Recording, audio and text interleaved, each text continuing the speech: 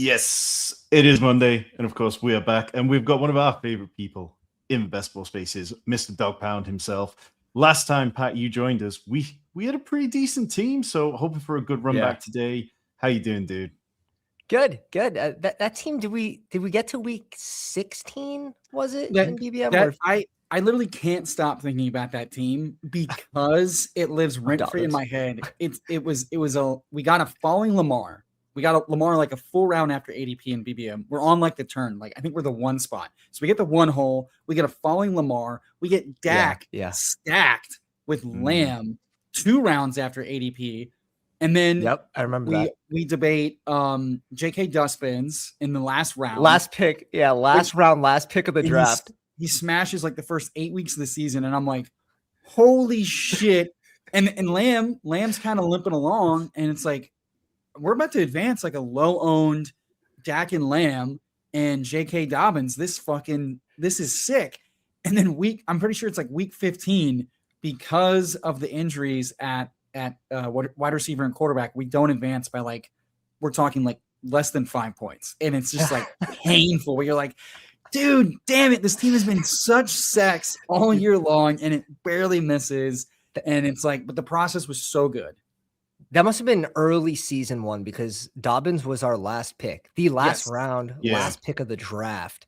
Like he was going undrafted in some of those early BBMs, which is crazy. I don't know how you guys feel about the end of the draft this year, but it doesn't seem like there's as many of those guys. It's like, oh, the upside case could hit. It's like, can I get one spike week from this guy? Yeah. I mean, most of the drafts I'm doing are FFPC Superflex at the minute, so it feels like you've always got a bit of depth left there at the end because, most rosters are 5 or 6 wide receivers, and then you come over to even these 18-round ones, and it starts to feel a bit miserable. There's yet to be somebody I feel great about, but Pat, you say that, but you won 20 grand, wasn't it, with Marshawn Lloyd on your team? You don't need a guy who pops. You just need a guy who doesn't harm you sometimes. No, we're talking about years of Tim Patrick tearing his ACL and me having over 16% in 15th, 14th round. It just doesn't matter. It really, you can take zeros. We've seen, when we go back to BBM 2 or 3, when they did the 1 million to the highest regular season prize, and that was the only place they paid out. The guy had a 0 at QB. He had a 0 at tight end too. He had 2 or 3 zeros on his team. And that guy finished first in most points out of 672,000. The same year, I think that was the drafters main that won with just one quarterback. I think it was just Hurts, and the other guy didn't matter for 7 weeks. It's fucking insane. Yeah. It's best ball. There's a lot of variance. There's a lot of you could have won BBM last year and you don't even know because your team that got kicked out in a week 15 pod actually would have scored the most points week 17. It's there's so much variance. Let's just have some fun. Yeah. How deep into BBM are you at the minute, Pat? Yeah, only about 25, just under 25 drafts for BBM, sitting at 24. I like to do my first 10 to 15 when the contest opens and then really slow down there during this information lull and try to attack different windows. But I'd basically try to stay with the fill rate of the contest. It makes sense, yeah. We've got Money Anything saying Troy Franklin, best last round pick. Man, I still like Troy Franklin. I still think Troy Franklin can be good, but it just feels a little tricky with Waddle and Cortland Sutton there. But how about you, Pat? Any particular guys that you're kind of drawing on? I know we were saying it feels tricky at the minute, but are you letting your exposures and obviously you've got behind the best ball overlay tool? Are you just letting that kind of point you towards certain guys and combinations at the minute? Yeah, Troy Franklin, when you think about half point PPR, he's not completely dead. Someone that can provide value in the red zone, right? So half point PPR, can a Troy Franklin get on your lineup 2 or 3 times? I think so. Even with Waddle there, it's an interesting game we play, and that's where I do like to track my combinations and my quarterback correlations. So I will have more Troy Franklin when I have Bo Nix, right? It's just that's the way I want it. So yeah, it doesn't suggest picks, but it does helps you just stay on top of your portfolio as a whole as you draft. That's kind of like back. I tell you what, I'm down with that. The last few drafts I've done have been 103. Didn't we get 101 last week? It's only fitting. It's only fitting. We got the 101 last year. Now Underdog. It's all about balance. A lot of people are saying they prefer drafting from the 10, 11, 12 spot this year. Yeah. I don't know that I agree with that. Yeah. What am I missing, Pat? How do you feel about drafting from here in the back? You know, it felt a lot better during the big board, I would say, when you can slap like Genty +1 of your favorite RBs there, and then like very easily get Devonta Smith and Zay Flowers. That is some of my most common starts from the 11, 12 during the big board, is getting Devonta Smith up there with Zay Flowers. Now you can't. So you still can get wide receiver there. Sometimes like Ted or Garrett Wilson if you're lucky, but if wide receiver gets soaked up, you kind of standing there and you feel naked. Yeah. And I feel like that with how flat and weak everything kind of feels, and I think the strength of the back of the draft of the first, I think just comes from you've got your top 3, and then it feels like everybody from 4 to 9 is pretty flat. And I think you can make a case for anybody from 4 to 12, quite frankly, especially when it comes to like the playoff weeks. And I think that's why people are like, well, I love it because I just don't have to make decisions. And I'm like, well, you have to make decisions at the 3-4 turn based on how it's gone. Genty does go. Are you taking Cook here just for the workload? And then how are we? Man, week 17, Buffalo versus Miami just screams James Cook. Cook plus Achane, Cook plus Barkley plus Achane, Barkley plus Chase Brown. You can do any mix of combos here, and this is where the BBO really helps you, because it's like, do I have 75% of my James Cook tied to Achane? Well, I probably don't want that. If you have Barkley in the same tier, they should be mixed in pretty evenly, and that's where it really helps you. But any of these guys, it's really, I base this one really off the portfolio because I do have them in similar tiers. I'm the same way. Like I'm ever since pre-draft downloading the best ball overlay tool, I'm snapping the combos and I'm going, which combo guys do I not have yet? Yeah. And I don't think I've, in BBM at least for sure, done Cook Achane yet because he's been falling. And I'm like, well, if I think about the game script, if Cook is smashing, Achane got paid, he becomes the engine. This is one of those few ways where the thin outcome that you probably don't play in DFS of like RB versus RB, but these are two guys that we've seen like do the damn thing, especially from like, if we want to gigabrain it, protecting Josh Allen for the playoffs against a lowly division opponent that potentially is a little bit more spunky, which we've seen from Miami and Buffalo and just this entire division, frankly. And then like Malik is kind of being counted out as like totally dead, not a good quarterback. And we've seen a lot. I just retweeted Gibbs on Twitter, who broke down like Malik Willis without play action and just like straight dropbacks has been way more efficient in a small sample than we think. And it's like, well, what if, and I've been saying, what if Malik is one of those rushing quarterbacks like Kyler who does target the running back more than we think? And that seems to be possible. So it's like, I think the fun maybe is taking us a little bit too much. And quite frankly, can't Achane just be like a Derrick Henry guy last year where he's not really a great advance rate play, but then in the playoffs, he absolutely nukes because he's still very talented and he gets the right matchup. And Buffalo's rush defense has been kind of suspect the last couple of years. I didn't see him add anyone that it's like, oh shit, like, Myles Garrett shutting it down. So I don't mind the correlation here if I don't have a strong lean and I don't have the combo. I think it's funny. You see the rumors of like, oh yeah, like Greg Dulcich, the favorite target for Malik was like, it's Achane. Like it's Achane. Like Achane is the RB1 and the receiver Washington. It doesn't even matter if he doesn't get as many receptions because he's not going to get as many checkdowns. But what people don't seem to be taking account for is you got Malik Willis there, then it makes it so much harder on the defense to actually defend both him and Achane, and you can get the efficiency bump for Achane and compensate for losing some of those receptions. That's something which people just don't seem to be talking about as much. It's too much crying about the lack of receptions, but just give me Achane, super explosive still. I think absolutely. In that game script, you're hoping for, Achane to break a long one early and Miami goes up 7-zip. And so this is a spot where, in sharper drafts, like Zay Flowers isn't going to be there, unfortunately. I think Garrett Wilson is the smash here. And the next pick, we could go Josh Allen to pair it with James Cook. I think it makes a lot of sense. I'm not doing it a ton, but here, I think it makes a lot of sense. I was going to say, when you're sitting with Lad versus Josh Allen, it's really hard for me to click Lad. And people keep talking about the opportunity cost, but it's like, okay, but that was last year. What about years previous to that? And it's like here, it's all about drafting in ranges too, right? Like I'm trying to compare. I can replace. Sure, can we replace Josh Allen points? Absolutely. Can you replace Josh Allen's ceiling? You can with some of these guys. You can. You can. You can replace. You certainly can replace Ladd McConkey's ceiling, like 100%. So absolutely. Here it makes sense.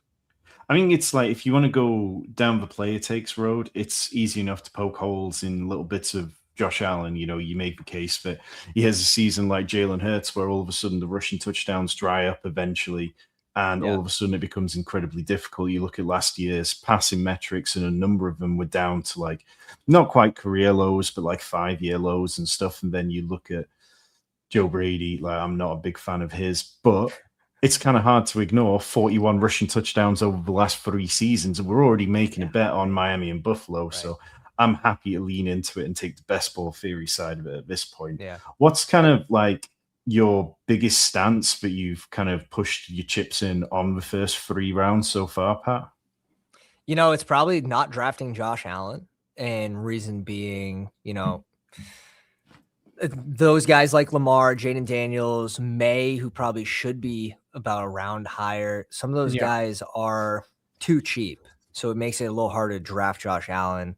But like when I get James Cook and Josh Allen, that's probably, besides DJ Moore, you can add in Kincaid and stuff, but that's my favorite Buffalo stack. It's been that way for 3 years.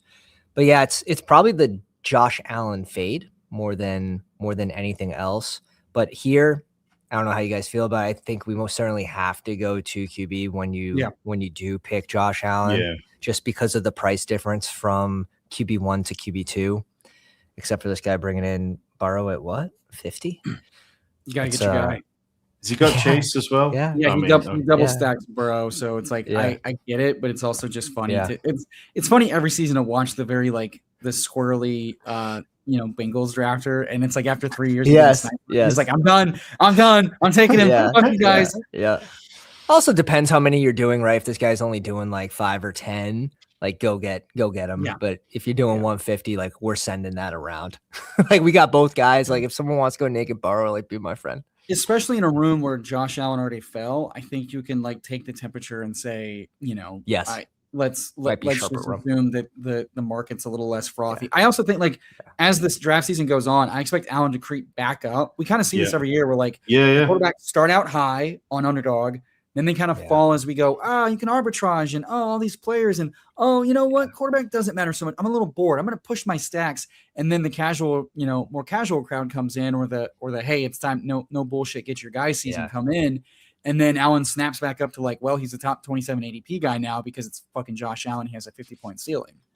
Heart rate is sweating right now for the Lamar fall to 59. And get cooked. Bastard. This is Odunze and Tate for me as a double tap. Yeah, very happy on that. Aren't you worried about his foot bone callus? No. Honestly, slightly. Slightly. But for me, already having an absolute bag of Colson Loveland, oh well. But I do like Odunze there. I agree. And then you want to go Tate with this next pick, was that right? Yeah, I would have Tate above BTJ. Okay. No, I'm good about it. We haven't taken much Tate. We've kind of talked about being higher on the Titans in general this year. But just going back to the Bears, how high are you willing to push Colson Loveland? Because every stream I've seen of yours, it seems like Colston Loveland is somebody that you're talking about, somebody you're really all over. I mean, that's why I had to put him on the thumbnail today. Yeah, I kind of figured that condensed offense though, and then you're telling me like Odunze's hurt. Like when I get to the range of like Luther Burden, Emeka Egbuka, I'm like, this is Colston Loveland range. I'm like, this is Colston Loveland land. Like he should live here. And he was for a while. Yeah. So he's been in the 40 to 50 range. I think this room is and this is like a good example of it. Like you could almost get Lamar a full round later versus Josh Allen.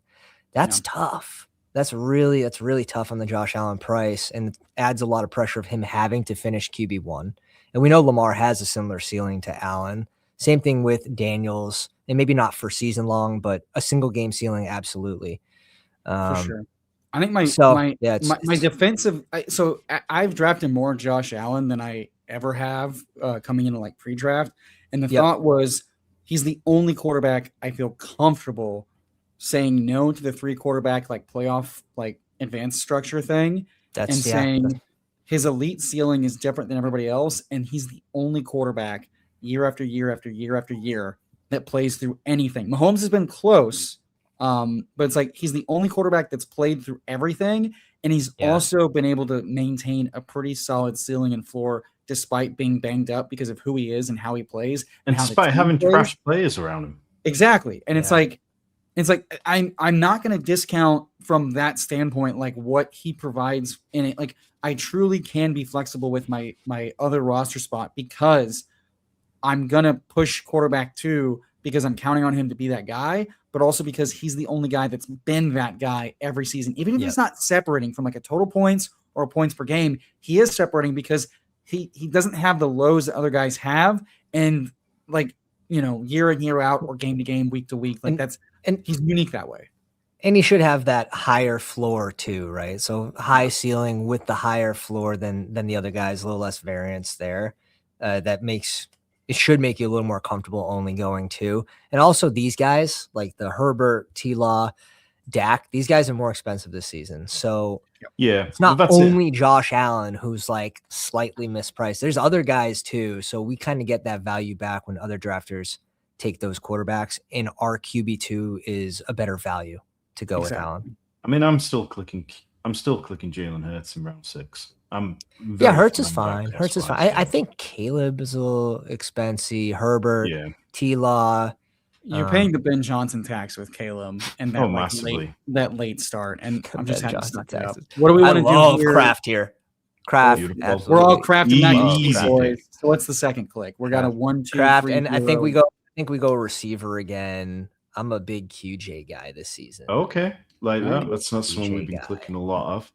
Yeah, I mean, Tucker Kraft last year, it was just such a, you got everything right. It looked like he was going to crush. It looked like everyone was going to smash with Tucker Kraft on their teams, and then you lose him at such a point. And it was, when I look back at last year and I think about the things that went wrong and caused it not to be a profitable year for me, Tucker Kraft injury feels like absolutely one of them, and I'm absolutely going back to the well on it this year. What is it about QJ that's kind of making you buy in so much? Yeah, it's really the Herbert Chargers offense, I think, is going to absolutely cook this season. It's also a small bet on Keenan Allen not returning. Keenan Allen doesn't return. A lot of targets are opening up. Sure, Ladd will take a lot of those, but it's funny because I like the bet on QJ, but I also like the bet on Trey Harris. So nice. I don't care which one hits. I know one of them is going to smash. Can they both hit? Sure, because of how cheap Trey Harris is. Yeah. But I mean, there's a world in which Trey Harris, is the favorite there just because you could see QJ getting benched for the hands issue. But I like QJ, and I think that you could. This is not like he's not capped. Like his ceiling, like he could finish. And next season, we could be drafting him in the 4th, in the 5th. I could see that. Well, that's the funny thing. He's been massively underrated the last 2 years for what he's done as far as like an explosive, like from a points per game and a spiked games perspective. Like he's been really valuable for best ball. And we left him for dead last year, hilariously. And I had a fat bag. And you have to wonder, like, if the offensive line doesn't fall apart, QJ was smashing more than Ladd was, despite being, 15 rounds cheaper at one point? Yeah. And like the Hampton injury.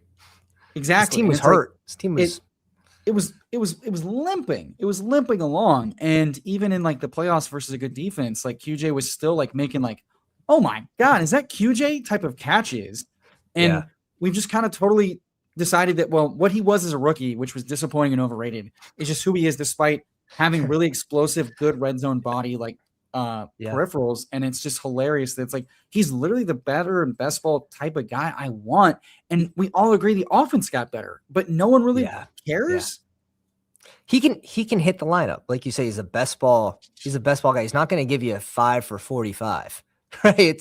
If he's catching 5 balls, he's going for 90 plus. Like, he's a deep threat guy. Right. And you don't care if he goes 0 for 5 drops in one game. Well, like who cares if you got your 4.5 points? When he hits, he hits big. So he does hit the lineup. And Jim Harbaugh loves him.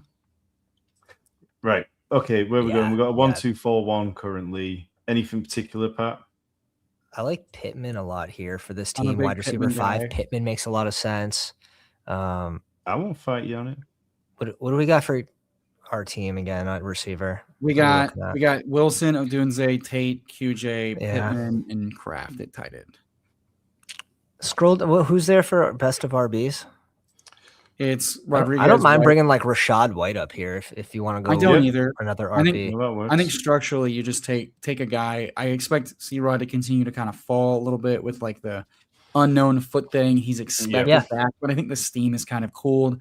And like a Washington back has been going about in this range. You just keep flip-flopping the name. So it's like just take a shot on a guy. I don't think it really matters. Absolutely. Yeah, it's a good spot to get your RB3. I don't think we want to go another 23 picks before we bring in our RB3, even if it means we have to, pull someone up just a little bit. I don't think that matters too much. So good spot here to do that. Ever since they took my sweet, delicious Kenny Gainwell at the 125 to 135 range, I have to make business decisions at 110. Well, how good is that like Bucky, like, oh yeah, the shoulder's actually still like a thing there. That's not good. It's been a long off season. The fact that he's still going through that, and it's so easy as a hockey guy. It's so easy to re-injure your shoulder at RB. Like, come on. Trey Benson just talked about like, hey, I returned too quickly, too hard, and it set me back. And it's like, that's a thing that happens. Like athletes push too hard with injuries. And look, guys, got shout outs to Brooks here with the super chat. I'm going to segue slightly to Dynasty for one moment. Pat, I don't know how much Dynasty you play. Tyler, I know it's small amounts, but I play enough where I'm happy with this one. But influx of wide receivers, trade Alex Pierce for Javonte Williams. He is Chase, Monra, Collins, Garrett, AJ Brown, Coker, absolutely loaded. Running backs are Henry Cook, Kyron Brees, and Sampson. Henry Cook. So he'd get Javonte Williams for Alec Pierce. Looking at Rich's Dynasty trade calculator, he's a bit lower on Alec Pierce than a lot of the industry is. He's got Alec Pierce rating at 15 on his trade charts. Javonte Williams rated at 18. Javonte Williams is only 25. I think he turns 26 this month. People still underestimating it. I'd be fine with that, but I think you could probably get a little bit more. Like if I can get Javonte Williams and a couple of third-round picks or something, I think that'd be an absolute smash. That's depth. That's depth for depth. I'd be looking to somehow try to improve your starting lineup. Whether that's at tight end or that's at QB, if you can make a small improvement to your lineup instead of just, another bench piece. Although, he could be a good dynasty asset that you trade for more later, if that's what you're thinking. But I always look to improve the lineup. The dynasty looks like his team's good enough to win this season. Oh, absolutely. Yeah. The dynasty sentiment around Javonte has not been awesome. I assume we're auto-clicking Kincaid with Allen. Yeah, that's perfect. Absolutely, man. I love Diggs here. This is like Diggs. This is Diggs City, or you can go Cam Ward for the second QB and be done. Or you go Malik Willis and play Malik Willis H-Am. We could. We got 2 QBs in the same week 17. I don't love it as much, but Cam Ward versus Pittsburgh. Where'd you want to go? I'll leave this one up to you guys. I like all 3 of those clicks. Diggs, Willis, Ward. I think Diggs is just a really strong click right now. I agree. And value on our can go even more value on our second QB. So yeah, I think Diggs allows us to kind of like hammer the pockets of running back that are coming up. Yeah. I think again with Allen, I look at the like from a regular season points and a postseason like points per game. What is the actionable difference between guys like Willis, and I think I have Willis above Ward, but like you look at the other quarterbacks going from like the next 6 rounds, and I go, yep. There's not multiple rounds of difference in points per game and ceiling points that I feel about this. Why would I not just add them? Like, and receiver gets disgustingly awful after this. And from a CLV perspective, the second Diggs signs, he's rising up. Oh yeah. I mean, we saw this with AJ Brown, and it's like, I mean, Adam Levitan was tweeting about this earlier, and like I got into this with Andrew Erickson on the FFPC draft we did last week. People knew it was going to happen, and still, for whatever reason, the 5% doubt caused people to be like, okay, well, now we got the confirmation bias, let's put him up. And so, to your point, Tyler, it's absolutely going to happen with Stephon Diggs as well. And those combos are gone. Like, you're not getting AJ Brown to fall to 32 anymore. It's not. That's gone. So you're not getting that unless you get some like knee soreness in like August type of true, which could happen. I mean, I thought Rice was going to rise throughout the offseason. So and he was. He was steadily. Rice rose for the judge. Oh, Your Honor. Ding, ding, ding. Look, right, before we get back to the next pick, Brooks, if you want any more Dynasty advice, honestly, for the price of that Super Chat, you could sign up to our website for at least a month, and you'd get access to Rich's Dynasty Trade Calculator, all the Redraft Best Ball Dynasty Rankings, Rich's Rookie Guide, an absolute shit ton of stuff for less than, I think it's about £4 a month. Rich has been killing it with all these tools that he's made. Go and check it out, fantasysanctuary.com. And I will happily, if you drop me a DM on Twitter, and I will comp you a month for free for that Super Chat. Happily, we're about to come back over. That's service right there. No one's service is like Tom. Free editing for everybody. You get a cut. Heart rates is wow. Yeah, can we just double up Ward here?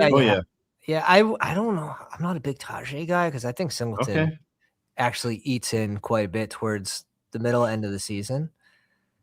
How are you guys on like Tank Bigsby or Brian Robinson? We do have to get off to week 7. Yeah, I mean, I don't mind Brian Robinson. I prefer Dylan Sampson. That kind of range, yeah.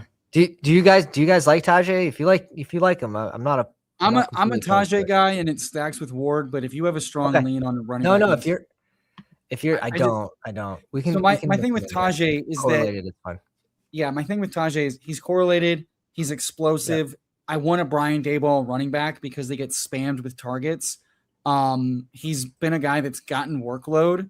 Like we've seen him get 20+ touches and smash. Coming off of high ankle sprains back-to-back years, he has still easily performed and looked, eye test and metrics, more explosive, more like vertically and horizontally, like just faster, quicker, better acceleration. When he's healthy, he's easily the most explosive running back in that room.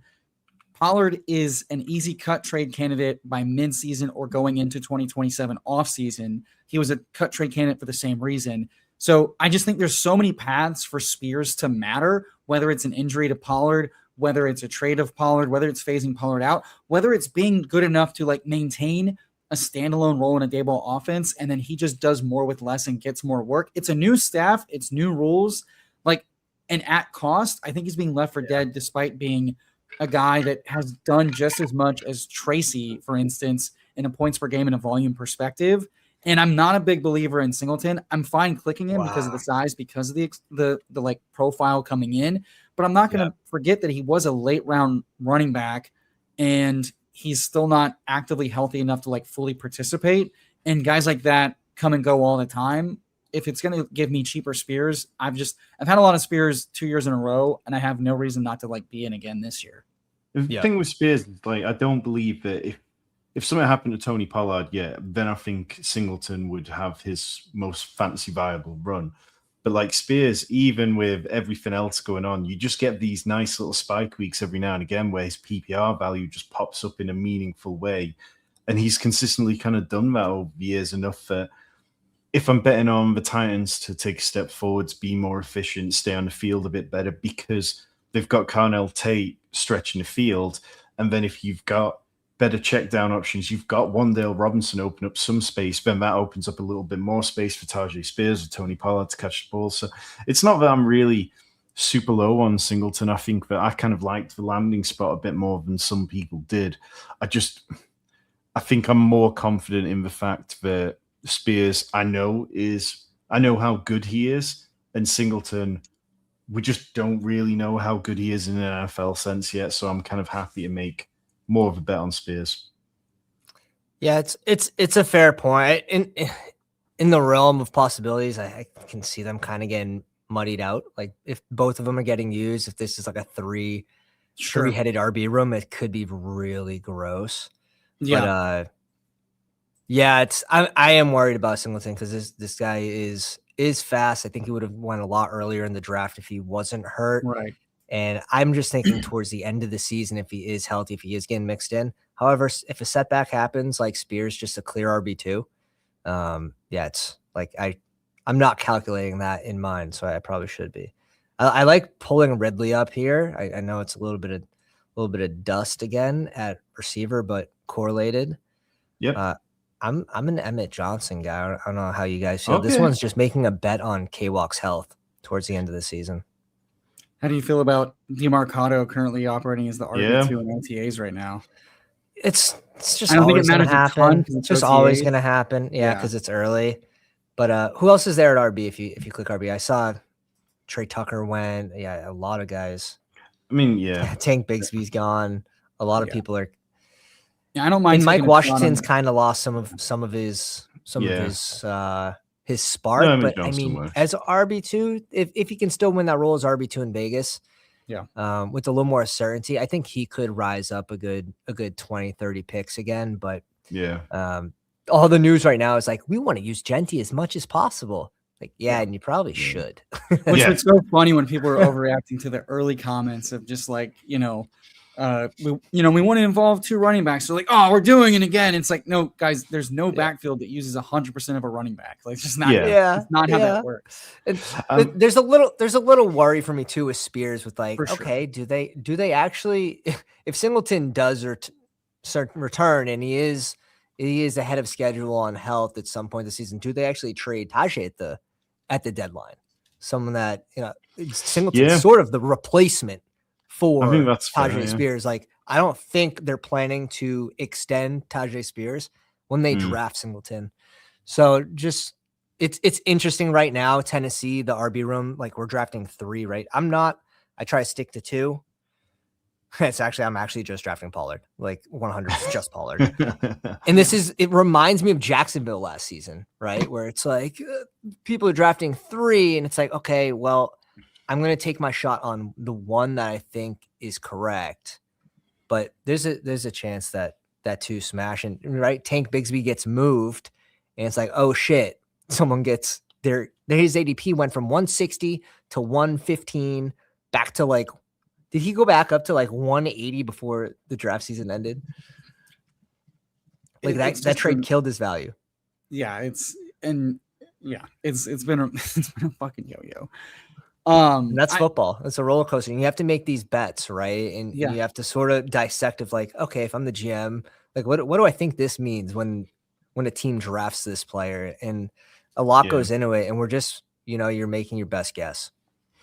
And I think to your point, it's just like when you draft early running back, like you have the opportunity to say, I'm good for the early parts of the season. I'm good for the late parts of the season. Who can provide me the biggest spike? Who can really outperform or take advantage of an injury of an role? And that's why I'm not totally out on a guy like Spears either. Because like, what if Spears is Tank Bigsby, where like, well, the other guy's coming on, so they trade him away. Well, he goes to the Eagles, and so he became a better handcuff on the Eagles. He could have smashed. He could have smashed if Barkley went down. Yeah, and the thing that I do like about Spears is that his yards per route run and his target share have been really, really strong. He's getting this OC to come in. If he does get traded, like he has all the metrics that make me happy. We're here over the last 2 picks. Who's there for RB? I think a 6 RB with Mike Washington and Jordan James.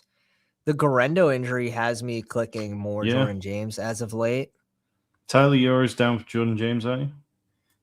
You know what? Jordan James sounds like an adult actress, so that's why I just haven't really been able to stop staring. And then how's our receiver room versus tight end? We've got Wilson, Kincaid, our first Tate, QJ, Pittman. I think it's a toss. We could lean into those two tight ends too. It's receiver or tight end. Well, we've got Stowers and Chris Bell end of season upside. Who? Yeah, Chris Bell about week 17. Yep. God. Oh, you gotta be fucking kidding me, man. All right. Looks like I'm getting one share of Ayuk. God, that's fine. Damn it. That's fine. Maybe that'll be the one. What if he's our J.K. Dustbins? Yeah, that's it. So I was drafting. Are you guys clicking a good amount of Ayuk? No, I'm not touching him until now, and now I'll take some. So I'm very much worried the rehab hasn't been good. I'm very much worried he's a head case, and I'm very much worried that San Francisco has every reason to make his life hell because of how he's dipped out, and the relationship is toxic. And I have every reason to believe until he's cut, no one's touching him. And I don't know how healthy he is. His real unedited pictures, he doesn't look like an NFL athlete right now. So I don't know what the strength conditioning is like. I was on the FFPC Fantasy Pros draft earlier, and we were kind of talking about this as Andrew drafted him. I think it was round 18 or 19. And I obviously very drafting less wide receivers. And I was making a point like, I wouldn't draft him because you even seen Deontay Johnson is out there tweeting out workout videos. Deontay Johnson is trying to get back into the league. And yet we've got Brandon Ayuk. Every time he pops up, he's holding wads of cash. He's flashing watches. He is not tweeting out the kind of videos on the that racetrack. He's on Instagram Live. He could not give a shit. And any guaranteed money he gets, in my opinion, and the age is there. Like we know what he can do, but man, he's really trying to force his way out. But he's going beyond that. Right? Yeah. He's going beyond. Show me a workout video. Show me running routes. Show teams you're healthy. That's all I ask. Because it's like up until now, team can't even trade for him right now based on what they're seeing. Like, they're just like, you're a head case, and I don't know what the knee looks like. And the weird part that keeps throwing me off is one of the Ayuk bulls on Twitter, and at this cost, you can argue he's the least worst click of the Tyreek types. Tank Dell has overtaken him from at least he's practicing and ramping up from and potentially starting week 1, right? And all those guys make me uneasy on different ends of the spectrum that I'm avoiding more than not. Someone reposted it like Ayuk in week 6 or 7 was doing warm-ups and he looked pretty good, and we all went like, "Oh, holy shit! Like, what's going on here?" I didn't get to go confirm if that actually was last year because all the fucking fake bullshit going on, but. You look at like, it's just like, to me, common sense, common logic of like, if you were healthy and you were ready to go, you would be posting videos of yourself healthy and running around. We see it every season of like the free agent guys. The agents are pushing it to the insiders, and the insiders that and it's agent always a raise. Give your agent something to work with. Didn't his agent give up on him? And I just think that I'm fairly sure I saw that his agent stopped representing him. And like agent, when you're waiting for a new contract, and then you could have dropped him, instead they were just like, you know what, it's not worth a shit. And Brandon Ayuk's always been one of these players, but it's felt like he only ever really hits when everything is perfect around him. The situations are perfect. And now you're going to tell me, okay, basically lost a couple of years, and he's going to go out there having not trained for most of the offseason, been in a very crazy space, changed to a different teams with different coaching staff who, let's be fair, the Commanders coaching staff aren't exactly blessed with a lot of authority. Like, Tyler, we need Tyler, like, this is such a Tyler job too, right? Like, we need a Twitter @ the agent. What percent are you comfortable with drafting Ayuk in the last round on Underdog Fantasy? And just see what this guy says. Shameless question, Tell me what your boys super viral. Super viral. Show me knee. Also, what Greg saying Garendo injury? I hadn't heard of that. He tore his pec.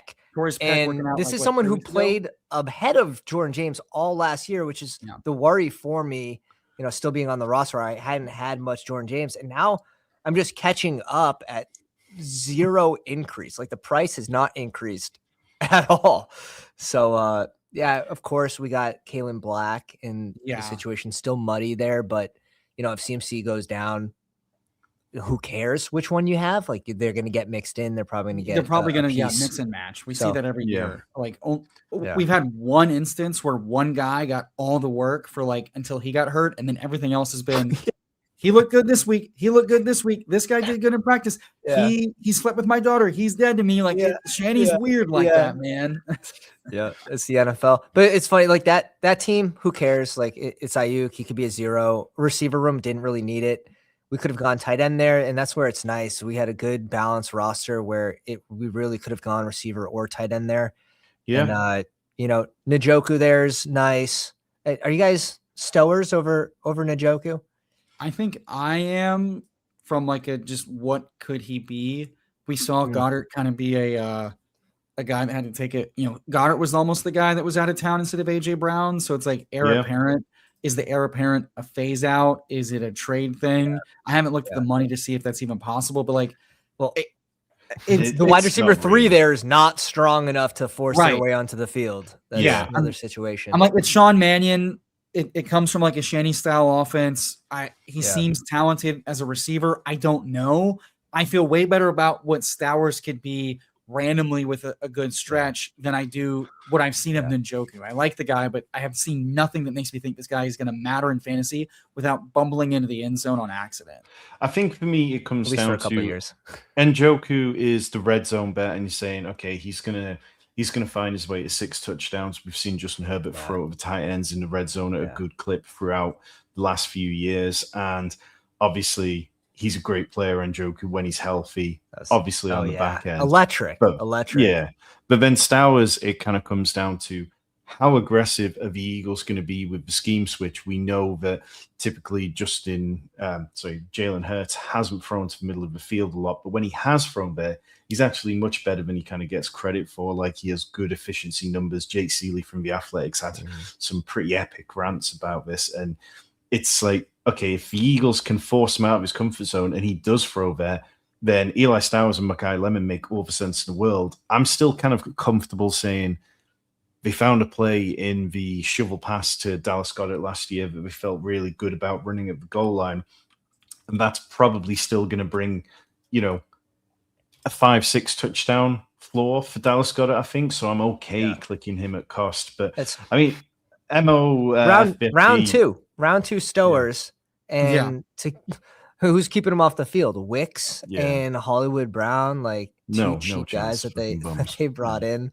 So I think they just gave themselves versatility of packages. And kind of you needed depth too. Yeah. But where we are, they knew they were trading AJ Brown at the time. That was certain. So I don't know that I buy this. This feels like just kind of a known market with really tight end beats and some kind of toxic, media shit. It sounds like the team and the agent are kind of throwing shit at each other when they can, is what it really feels like. And I think Hurts knows it, as an expensive quarterback, his health is his wealth. So I get it from maybe that standpoint, but we saw him run. It was just the problem of the whole team kind of collapsed. He kind of struggled. At the end of the day, I think he and the team want to win and put up stats, however that is. And if they're telling him, hey, we're going to give you easier runs, protect yourself like Lamar when you can. Don't be a battering ram, but we're also going to give you easier throws too. Just trust the system. That to me is Occam's razor more than I'm going to prove I can do it on my own, given that Hurts as a person has seemed more of a humble team player kind of guy than a diva. So I have a hard time thinking that he's truly dictating a Russell Wilson era type of shit. Yeah. And that's my bro take. People think Hurts is super fast. They think he's some super big. He's strong lower body. Big strider. Josh Allen's got 3 inches plus on him, 20 pounds. Yeah. And Jalen Hurts, I don't know. I don't know how fast, but if this is accurate, 4.6, 4.59 is not the fastest. No, for a QB, and he's not. He twitchy. More so pick his spots. Yeah, and I think he does a pretty good job at that. People want QBs to run for fantasy purposes, and he does it more so just. And I do think maybe he's a little safe with it, but he uses his legs to win the game when he needs to. Yeah, it's kind of like Mahomes the last few years, where it's like it's not that he can't. It's just it's more of a when I have to have it, I'll do that. And I think there's guys that won't do that. And that's okay. Yeah, and I do think that this coaching staff are going to find good ways to get him into those kind of option reads and stuff like that. But is it going to be? I mean, last year was the first year since his rookie year that he was below 130 rush attempts, finished with 105. So it was a noticeable amount. But it was the lack of touchdowns, which was the problem. I mean, you go from scoring 10 touchdowns, 13, 15, 14, and then suddenly dropping down to 8. That's where you lost him on fantasy, as well as the passing touchdowns as well. So, like, if they decide to run the tush push again, everything changes. And suddenly you're looking at a quarterback in round 6 who's a massive value. So, yeah, I mean, I'm not getting carried away. I don't think that the quarterback position is, particularly in the first 10 rounds, is somewhere where you need to make massive stands because the scoring's so replaceable. But at its cost, I'd be quite happy sort of sitting somewhere between 10 to 15% exposure. But getting back to the team too, this team turned out really well. Like, we ended up getting our week 17 stacks. We got the Tennessee-Pittsburgh stack with Pittman as well in here. So we snuck in week 17 correlation on both sides of our quarterbacks. It turned out to be a really good team. So I think this team has a really good chance to advance. If Kraft can be, which if he stays healthy, he can be top 3 tight end this year.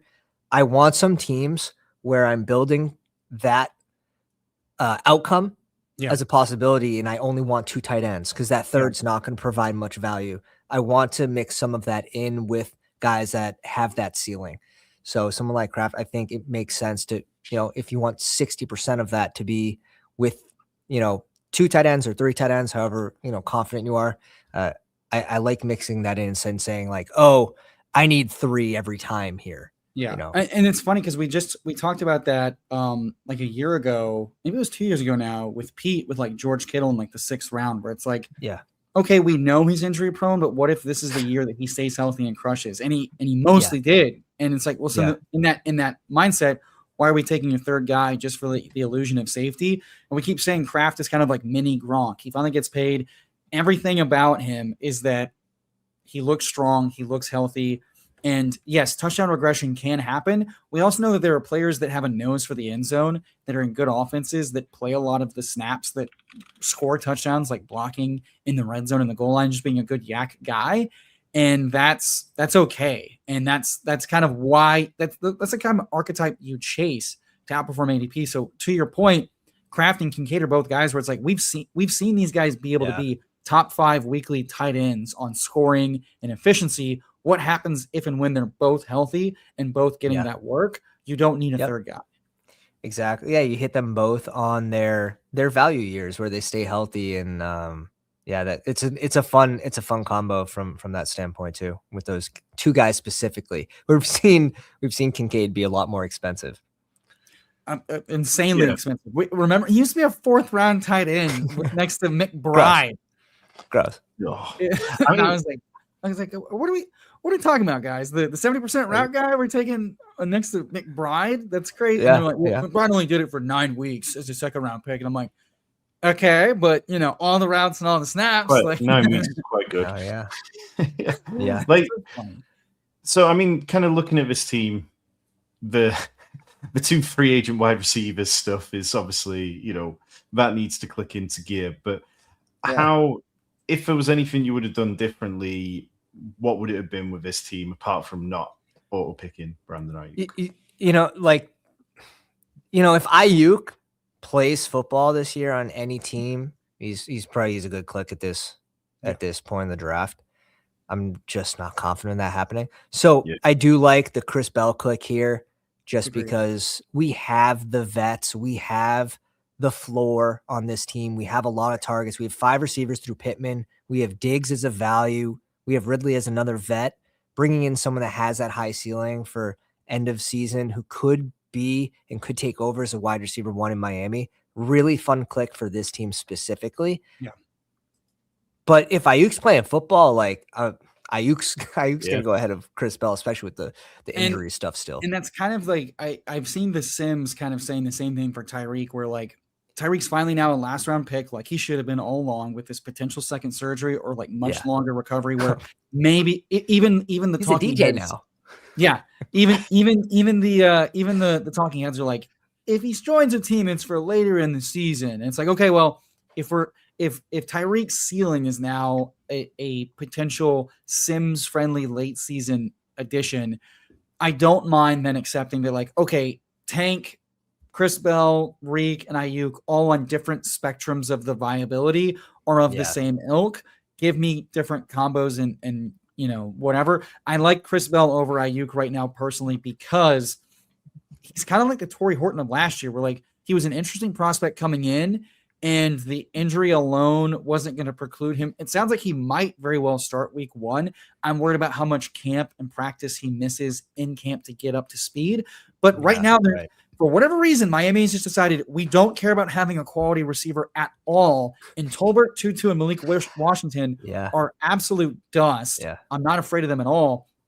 And they have every reason to push development and playing time, even if he's raw, of young guys. And so Caleb Douglas, Chris Bell, some of these undrafted guys that are making noise per the beat right now, I expect a lot of youth to get a chance to like prove themselves early in the season and by mid-season. Yeah. And Chris Bell looks like probably the likeliest guy of that bunch to also gel well with Malik, right? Malik is like a deep ball specialist from what we've seen in the small sample. And that if we're just getting 3-4 deep targets a game, that could be like a huge best ball win. I'm in it very much. And I rail against Underdog for nerfing their very soft queue. I've for years have been able to manipulate like the time wizard, and now I have to be snappier with it. But we're gonna refine the game and hit the film. Yeah. I mean, look, right, I like it. Myself and Tyler get into another draft in a little bit, but Pat, like, it feels wrong not to talk a little so you think you can tout, because I mean, you've been live reacting to these. We don't want to spoil anything, because you do great live reaction watch alongs. Is there a new one? Is there a new one? It hasn't hit yet. Okay. It's just been all the news that Pete's been tweeting out. Yeah, so great. Do you think if you because I've been kind of mulling this over, like if this had come around a couple of years ago, how would you have approached this contest and stuff? Like, would you think you would have loved it? Oh, 100% would have been all in. 100% would have been all in. But it's like, maybe the one kid I've been able to do it, two, absolutely not. No kids, all in, like fully all in, locked in. It would have been a lot of fun. But I think it's good. I was sad to see the bug guy go. Sad to see the bug man get exterminated. On Toxic Tower this week. I think he could have. I think he could have benefited from being on the show longer, because he was still uncomfortable on camera, but he was so funny and he was still giving good takes. Like the content was there. He just needed to get more comfortable and more time. And maybe he needs to, do that on his own time and then, make another shot at it. Did he have a chance to finish first? Probably not, but he was entertaining. Entertaining. I'm glad he's out of the competition selfishly, because I was like, oh shit, this guy's got some juice. He's very fun. And not, I think he was clearly Pete's favorite. Send him a fucking $200 Chrome. I think Pete just felt really, really bad that like he likes Rambus a lot, and he was worried Rambus was like gonna lose the fire to go forward, because he's got the most like trailer park type of setup where I go to someone else's house for the desktop type of thing, which is great. It's a great story. I'm not saying that like derogatorily, but like I looked at it like when coming off that stream with him, I was like, oh man, this is like when Trump first started his debates, like 8 years ago, and I'm like, you can't beat this guy in a debate because he's different energy. Like, what are you gonna throw at that guy? What are you gonna throw at that guy? He had his own lane. Definitely had his own lane. I was like, dude, I don't want to have to 1v1 this guy, because he's got I don't know, he's got a left hook. Very likable. I can't watch. Like, how am I gonna avoid that? If he wasn't against Cups, because Cups also very likable character. He could have taken out someone that we don't that might have he could have been a dark horse. That's all I'm saying. Is I think you believe that too, but he did good. I think he'd be happy. So have you watched someone that probably wasn't the right year for him to have you watched the videos on Pete's channel yet? So this week, I don't know how up to date you are. The tout submissions. So the tout submissions, Tyler's team had to do a pre-recorded video. I did not. I tried to stay away team? from him. I tried to stay away from him. I saw like thumbnails of him on Twitter, and I just scrolled past. So are they shorts? They're YouTube shorts? No. So they're a 30-minute pre-recorded in a 45-minute pre-recorded live stream. Yeah, you guys did the sleeper one. Yeah. Is that just PPR Tyler's, or was that both of yours? So it's 2 teams of 5, and the streamers had to do a pre-recorded video, and we were told redraft or dynasty strategy. And I'm like, we're not doing dynasty strategy. Dynasty bros would come for you. It's come and gone. And it's not a great time for redraft, especially on Pete's channel, but that's more viable for the and we just optimized the algo, we optimized the audience, and we said, let the chips fall where they may. Let's try to do some analysis. Let's try to do some like home league vibes. Let's try to have some banter. Let's try to have some like crisp takes and stuff, and pretty much do it in like 48 hours with just late night record sessions. And they got to like rip a fucking draft on Saturday afternoon, hours before it was due, and just plop it in the cooker. From what I can tell, I refuse to watch it and give it a view. Hashtag streamers. That's so funny. You clicked on it, then clicked off. I'm just clicked on it, hit with the thumb down, left. Yeah. I dude, every nuke tactic possible, and it's worked. We're up like 1.2K views over them. So from like the YouTube algorithm perspective, I think we crushed them. So I have to watch 2 separate like 30-minute videos. Is that essentially? Yeah. Okay. Cool. Essentially. But awesome. No, can't wait. Can't wait. I mean, one thing, but like, so I mean, it's no secret, I did the editing for Tyler's team, and it's like editing gate lives on. But I saw. Yeah, but like Tyler and a bunch of his team definitely talked about like the advantage of kind of doing that production workflow and like doing more of that. And we were chatting, me and Tyler and some of the people in our Discord, hit the join button down below. We're talking about like how good the concept was and stuff. And BBG was commenting on the video saying, why don't we put that much effort into Toxic Tower videos? And it says the guy who Eric, no one's stopping you, baby. And it definitely kind of made me hungry. I've got a concept that I'm going to put together this week for a video, but like, do you ever find yourself like, I mean, obviously you do so much great streaming stuff. Do you ever find yourself like itching to do any of these kind of pre-recorded videos? Oh, so funny. When I had 180 subscribers, I did my first like pre-recorded video on how to win Battle Royale, and Mason Dodd reached out to me. He's like, hey, that was a really good video. And he's like, it's probably not the right time, but he like wanted me to join his like inner circle like early. I was just way too early, and then I just never made another one. I was like, it's just, I'm sorry, like it goes like that because I was trying to figure out what I wanted to do, streaming, right? And this was at a time where it's like, am I going to do redraft? Am I going to continue to just do best ball? What lane am I going to be in? I'm not a rankings guy. I'm not like week 13 wide receiver 1 is Jamar Chase. Week 14 wide receiver 1 is Jamar Chase. Like I'd go crazy. So a small itch, but there is quite a bit of editing that goes into those videos. You're cutting out how long you're freaking breathing, like to make it go smooth. And there's a lot to it. There's a lot of good tools to help you. I use Filmora, which helped with some of the editing, and it was easy. But I use Tom 2.0. I like the live stream. I like interacting with my community. So the live stream really is what I get the most enjoyment from. I don't try to min max the $9 extra on YouTube. And in the long run that could turn into more, but I do this more so as a hobby streaming, more so than like min maxing views.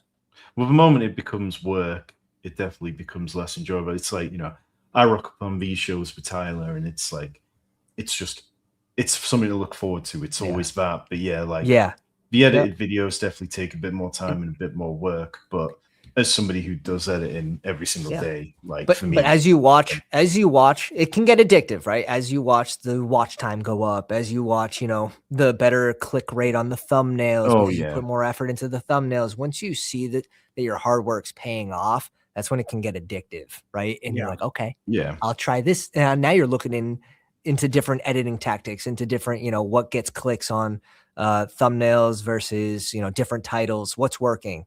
Why is this a 3.6%? That one's 6%. Okay, what did I do there? Like, let's go back to that clickbait. That's a great point. I think that's where like you Tyler and PPR Tyler and the guys who've been making content had a leg up in this competition, because you're aware of what it takes. Like, there's been various people who've gone out of the competition already who were just like, I just didn't realize how much effort it would take and how much time it would take, and got a day job, but it's like, we pretty much all got day jobs, and it's fucking sucks sometimes. But it's like when you find those kind of things, or when you have a video that hits and you see those numbers spike and you see the subs roll in, that's what makes it all worthwhile. When you know that you're helping people and when people are enjoying your content. Yeah, 100%. And it's funny because when I started by searching people's Underdog usernames on Twitter. Searching their usernames on Twitter and be like, oh, all right, I think I found them, and like adding and sending them a message like, hey, nice draft. And like my truth serum for this specific video would have been like, nah, I never meant it. I'm just kidding, bro. Like that. Like, hey, I'm live tonight though. So exactly. Don't forget to like and subscribe. Nah, it was tough times. It was tough. I never asked a big streamer to join me until I got to 1,000 subs. I never asked someone that had more than 1,000 subs to join me on stream until I hit 1,000. So like, and can I just say, like, I respect the shit out of like I have one old man gripe like about this show early on, and it's that we've all been making content for 3, 4, 5, 6, 7+ years now. I think I'm probably with you, Pat, where I'm like newer in this space to a lot of these folks, but like we've put in years and hundreds of hours, and it did irk the shit out of me seeing people like begging for like adding Pete, adding other people, and like basically it felt really entitled of like, why do I only have 3 viewers? I put this in 5 Discords. I added Pete. Where's my bump? And I'm like, dude, fuck off. Like we have all had to stream or put videos out that like got no fucking views, no one interacted with, and we've had to do it dozens and dozens of times and deal with it to refine it and cut our fucking teeth. And you whiny little babies want to like be like, it's my 4th or 5th video or stream. Where's my big guest? Why haven't I crushed it yet? I'm like, dude, that's not how this works. Like, have some dignity and pride, and know that like you have to eat this shit for a while before you make it. Dude, I used to have 4 chairs in the background, 2 on the ground, regular, and then 2 sitting on top of the other 2. And then I'd tape an American flag as my backdrop. Like that was my original backdrop. And like those early videos where I was streaming would get, 12 views, 30 views, 40 views, and you just keep attacking it. I actually had 2 people that joined me on my show that were in my redraft league. Like that's how like the channel actually started. And then I won the 25K and my volume went up and they couldn't match it. So like they had to dip out.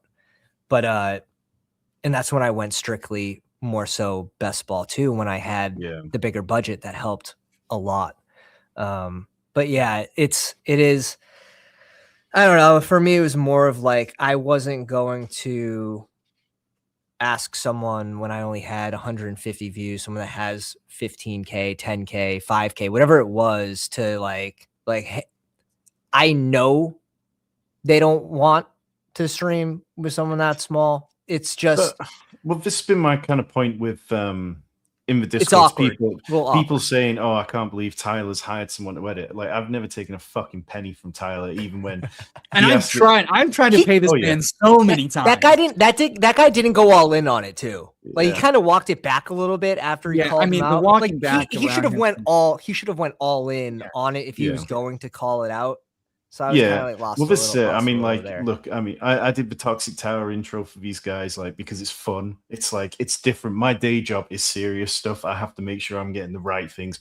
This stuff is just fun, and I'll always do it. But it's like, that's kind of, this industry is built on that. Like, I know if I ask, I've got Pack Rain coming on, Ben Gretsch, Pete Overzet, none of them, it's not doing any of them anything amazing to come and like be on my channel, but it's like, it's the reciprocation of this industry, and it's all built on that. But like, Pat, like, peek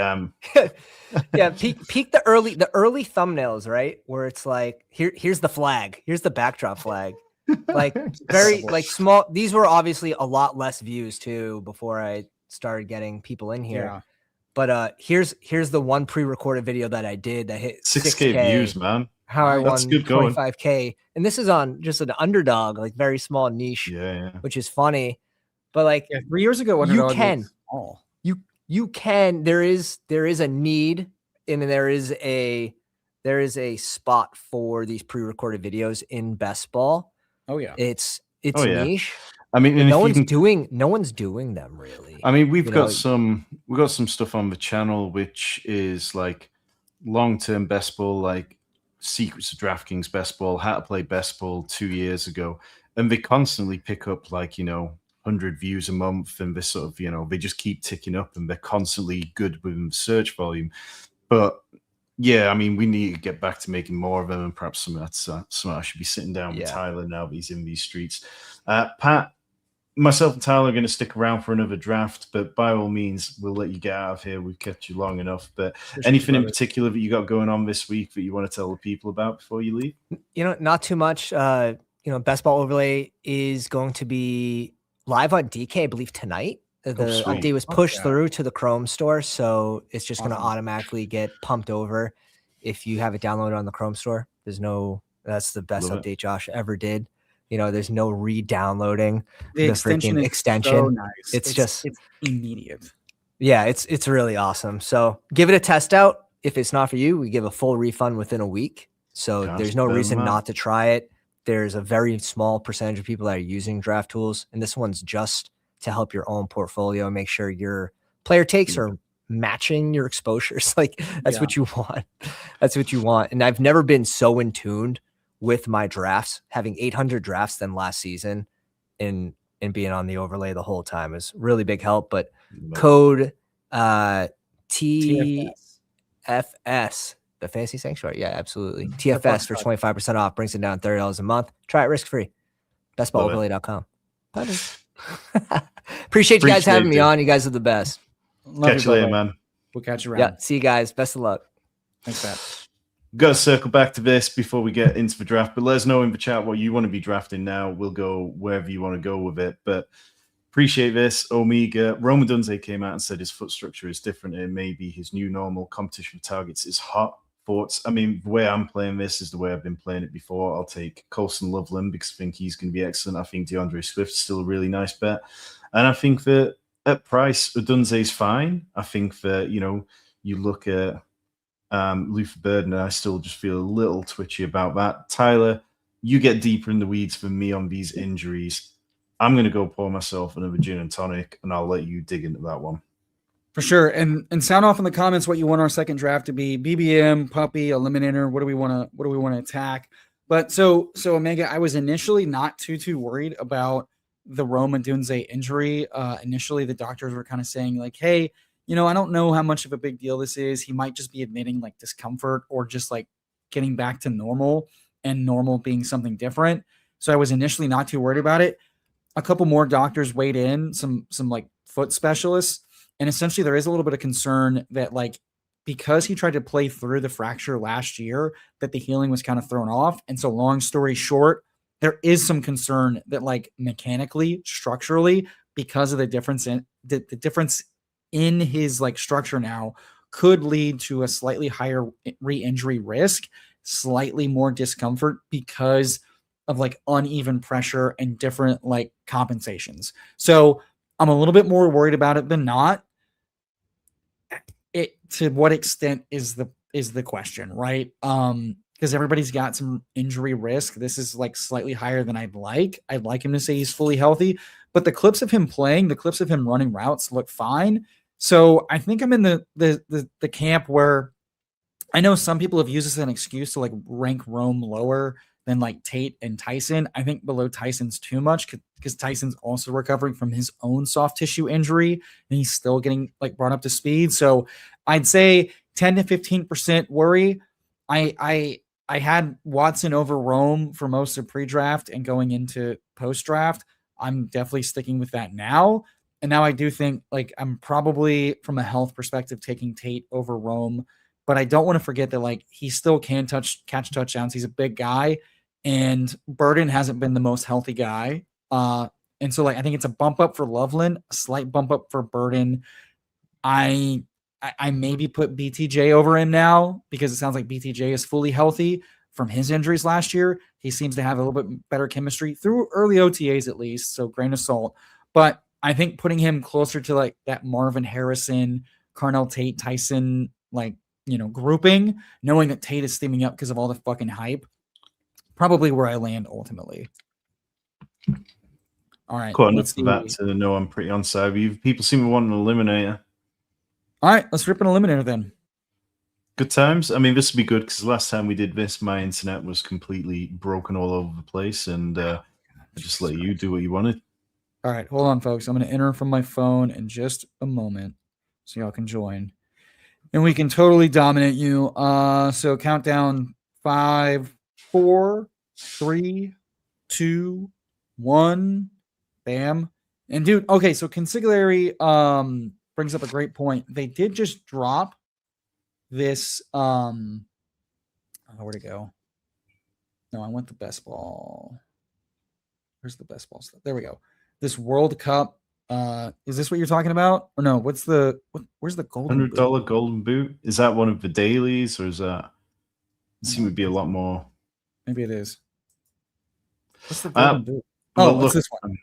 Oh, the single entry Thursday main slate, 36 entrants. Looks like how much? 1.5K to first. It is a FIFA Thursday main slate. What if I told you I know nothing about soccer?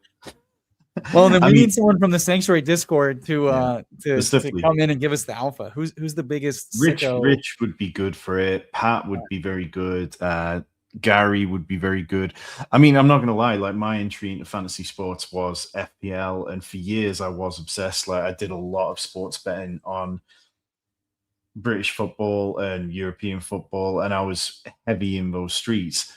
But then when I became more and more enamored with the NFL, like, I'm just one sport guy. Like, I can't. I'm obsessive. It becomes, it takes over for me, and I struggle to stay across multiple sports. That's why I've always got much respect for guys like Nez, who are like these multi-sport draftletes and stuff.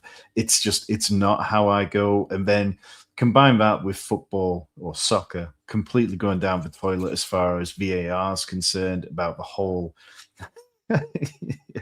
I mean, look, I used to have a season ticket to Preston North End. I've traveled all over the country, been to some of the worst grounds you can imagine on rainy, miserable nights, but it's not a sport for me anymore. I don't enjoy it particularly. I'll watch the World Cup. I always, there's occasions where I watch it, but I couldn't probably name more than about 4 guys in the England team. It's, just one sport, man, all year round. Like, because I find that if I'm not a one sport person, then you miss so much of the off season for the NFL, which is where this is where you get to make your takes. This is where you get to form your opinions. And if I'm thinking about a different sport right now, nah, it's not for me. I do like the idea, though. We have until Thursday to maybe like do a pre-record or a live, and with our resident. I will bankroll the $100 entry if we want to get our sickos together. I'll send the contest details. I'll send the ADP. I would love to ship a $1,500 to first, soccer main slate with some sharps, and put that in the sanctuary bucket of money to just draft a bunch of more dog shit sanctuary Discord members only slows. Yeah. Well, that's it. The eliminator we're drafting at the minute has been good conversation. Yeah, we've. Like we need Lamar, and I'm like, oh my God, Christ, can we just? I was just saying that for bit equity being constantly there, and I was like, but I've definitely noticed that there's a good amount of times where whatever I say in there tends to lead certain things. I'm trying not to steer them too much one way until it's like, guys, we can't do that. Let's not do that. Yeah, I mean, look, we've got a $125 team that we need to draft after we won an entry from last year's FFPC 35. I'm trying to steer that towards taking it into the little gorilla redraft contest because I think it'd be hilarious to have 30, 40 of us every week weighing in on who we need to start as our last player.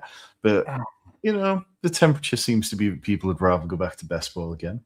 I mean, best ball is just, it's easier for people to like weigh it. It's so much nicer to not like, we all do this. We're like, oh yeah, we can do that. We can do that. And then you get into the season, and you're like, oh my God, I have to do waivers for so many fucking teams. And now there's like one more to do that. That's a fucking lot.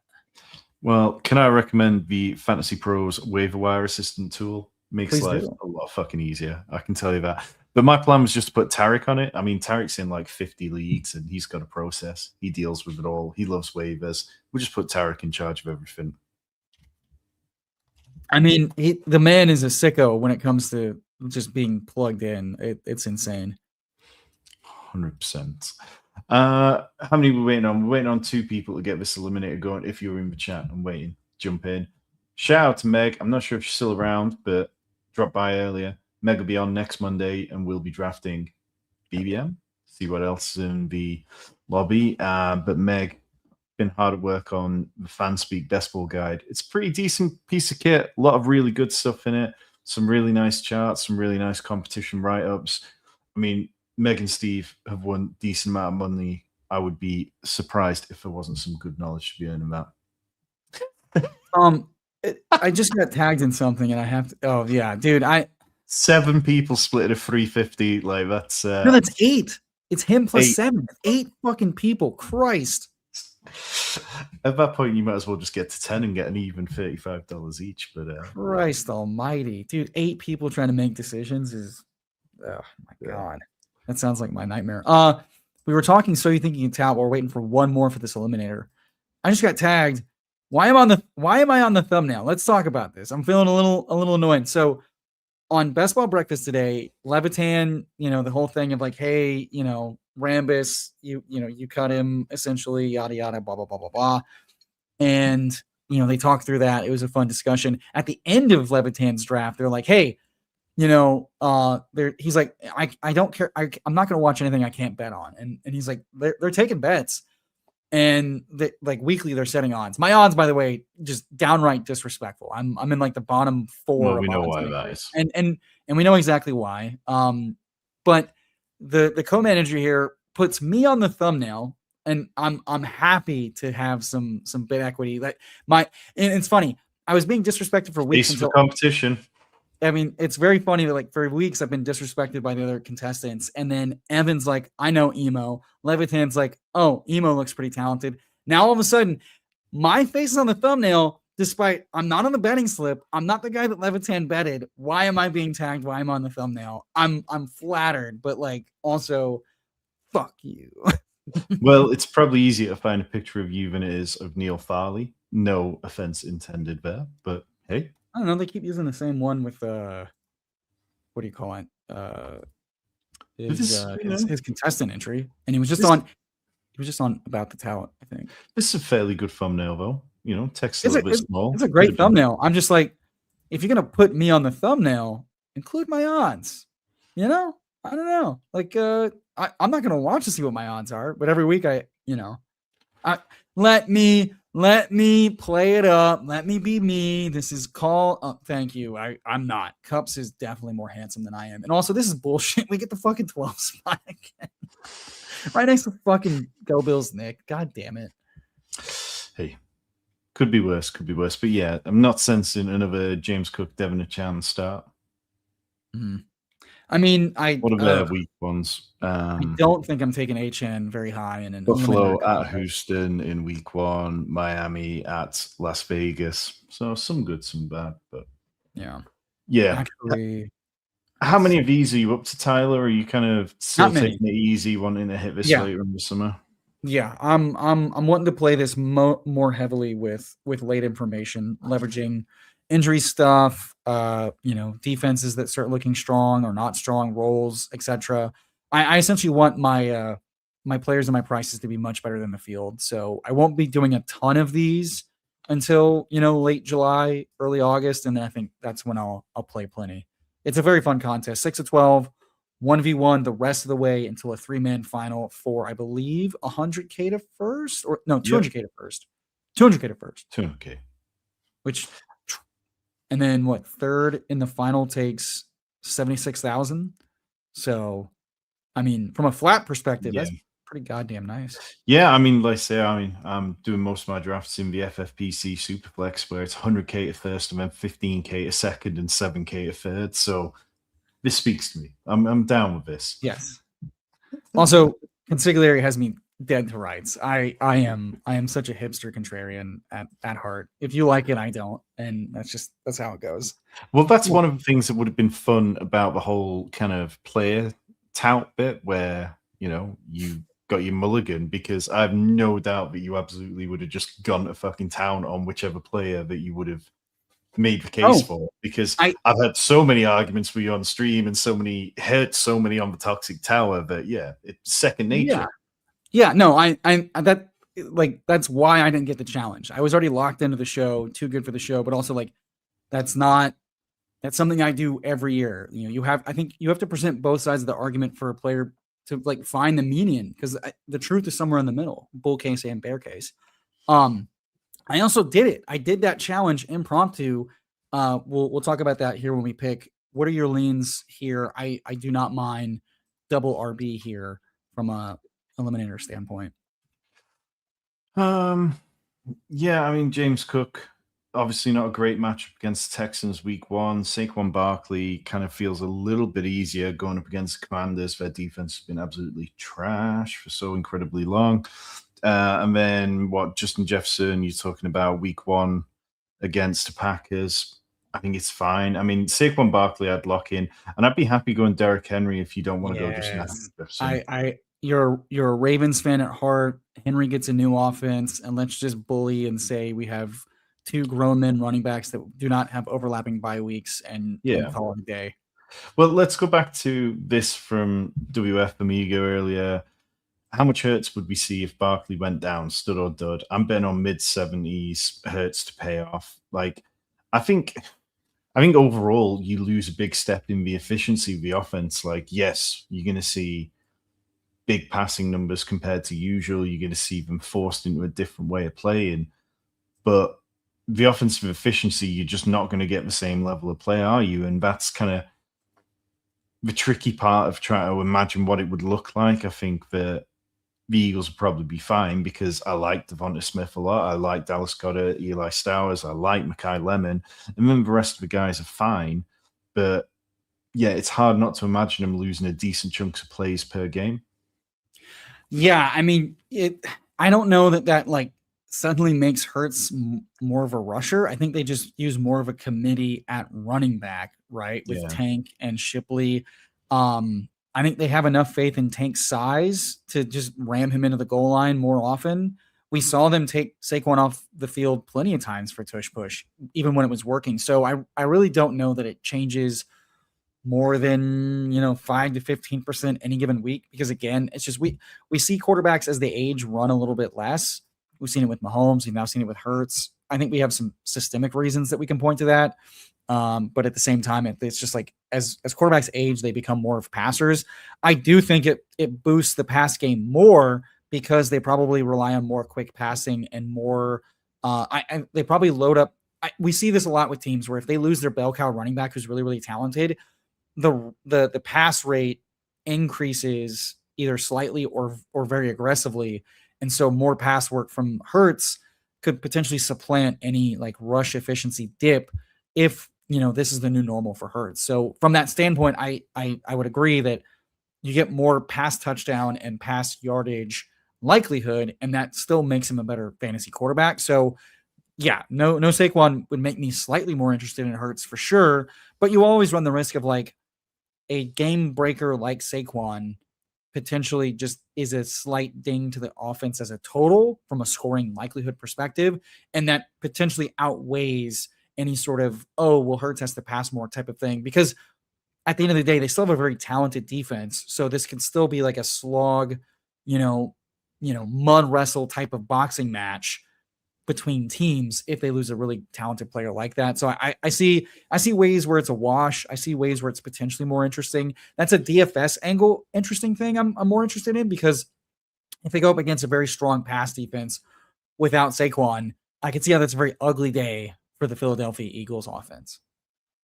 Yeah, and I mean, you look at the Eagles down the stretch, and let's just hypothetically say that that's when this is happening, as was kind of pointed out there. Seahawks, Texans, 49ers, like none of that feels like a great situation where Jalen Hurts is going to have an easy time of things. It's not like he's got like cupcake double commanders sort of schedules. Yeah. So, but yeah. So obviously double running back start, Saquon, Derrick Henry, no need to worry about the bye weeks. Both got kind of nice enough starts to the season. Josh Jacobs goes off the board, and we got like, we're in the Malik Neighbors range. Are you pulling the trigger at all, or firm look away? I'm not touching Neighbors in the top 49, 55 spots. I don't mind double tapping Ravens. I also don't mind just pulling up Ladd and then talking about it. It's your call. Yeah, I mean, my lean would be Zay and Ladd, but I'm happy to throw Garrett Wilson in there or T. Higgins as one of those if you'd prefer. Yeah, part of me doesn't want to overload week 13 bye weeks as an excuse to just take the player on the better offense and not risk the like systemic risk of the Jets, even if Garrett Wilson's a quote unquote, like projection play. Yeah. No, I mean, Ladd works. Ladd's somebody that I think that it's incredibly easy to take the lead. We've talked about this a bunch, but Zay and Ladd are those two kind of guys outside of the top 12 wide receivers. But I understand the downside risks. I understand the medium outcomes with them. I mean, like, Zay Flowers got his way to a top 12 kind of points finish last year through accumulation rather than those big spike weeks. He just didn't score the touchdowns. I mean, at a certain point, positive touchdown regression should be coming. He got tackled inside the 5 a number of times, but this is a player who, even with Lamar, only really healthy for a small chunk of the season and then dealing with massive amounts of injuries, was 6th in receiving yards, 3rd in deep receiving yards, 2nd in play action yards, 3rd in motion yards. Like, there is so many ways to use him, and then you now bring in a new creative play caller, and I think some people I've seen projecting Zay Flowers to be able to take a leap into sort of the top 8 and 9 wide receivers, I think is a bit much. And I say that as probably the Ravens homers that you'll find on streams. But I think, if you're talking, again, fringe 12, wide receiver 12, this guy who had career high 1,200 yards last year, been over 1,000 yards, and you just throw in the touchdowns. All it takes is suddenly just breaking 10 touchdowns, combining with 1,000 yards, and all of a sudden you're having a really strong season. Yeah, and the one real drawback from him on half point, sites is that he's just not a heavily utilized red zone threat guy. That said, I have a lot of high hopes for a more modern motion, heavy offense for Lamar and the Ravens under this new coaching staff, under this new OC. And at the same time, Zay Flowers has been really good. He's been improving. And as you mentioned, like all the news out of OTAs right now is that Bateman is the wide receiver 2, and there's a battle for wide receiver 3 between Lane and Surratt. And on top of all that, Andrews looks very husk of his old self, and he's been the other red zone threat for this team. So who's the young breakout guy? It's Zay. So I think everything lines up for Zay to be, up with another really good season, to see a lot of targets.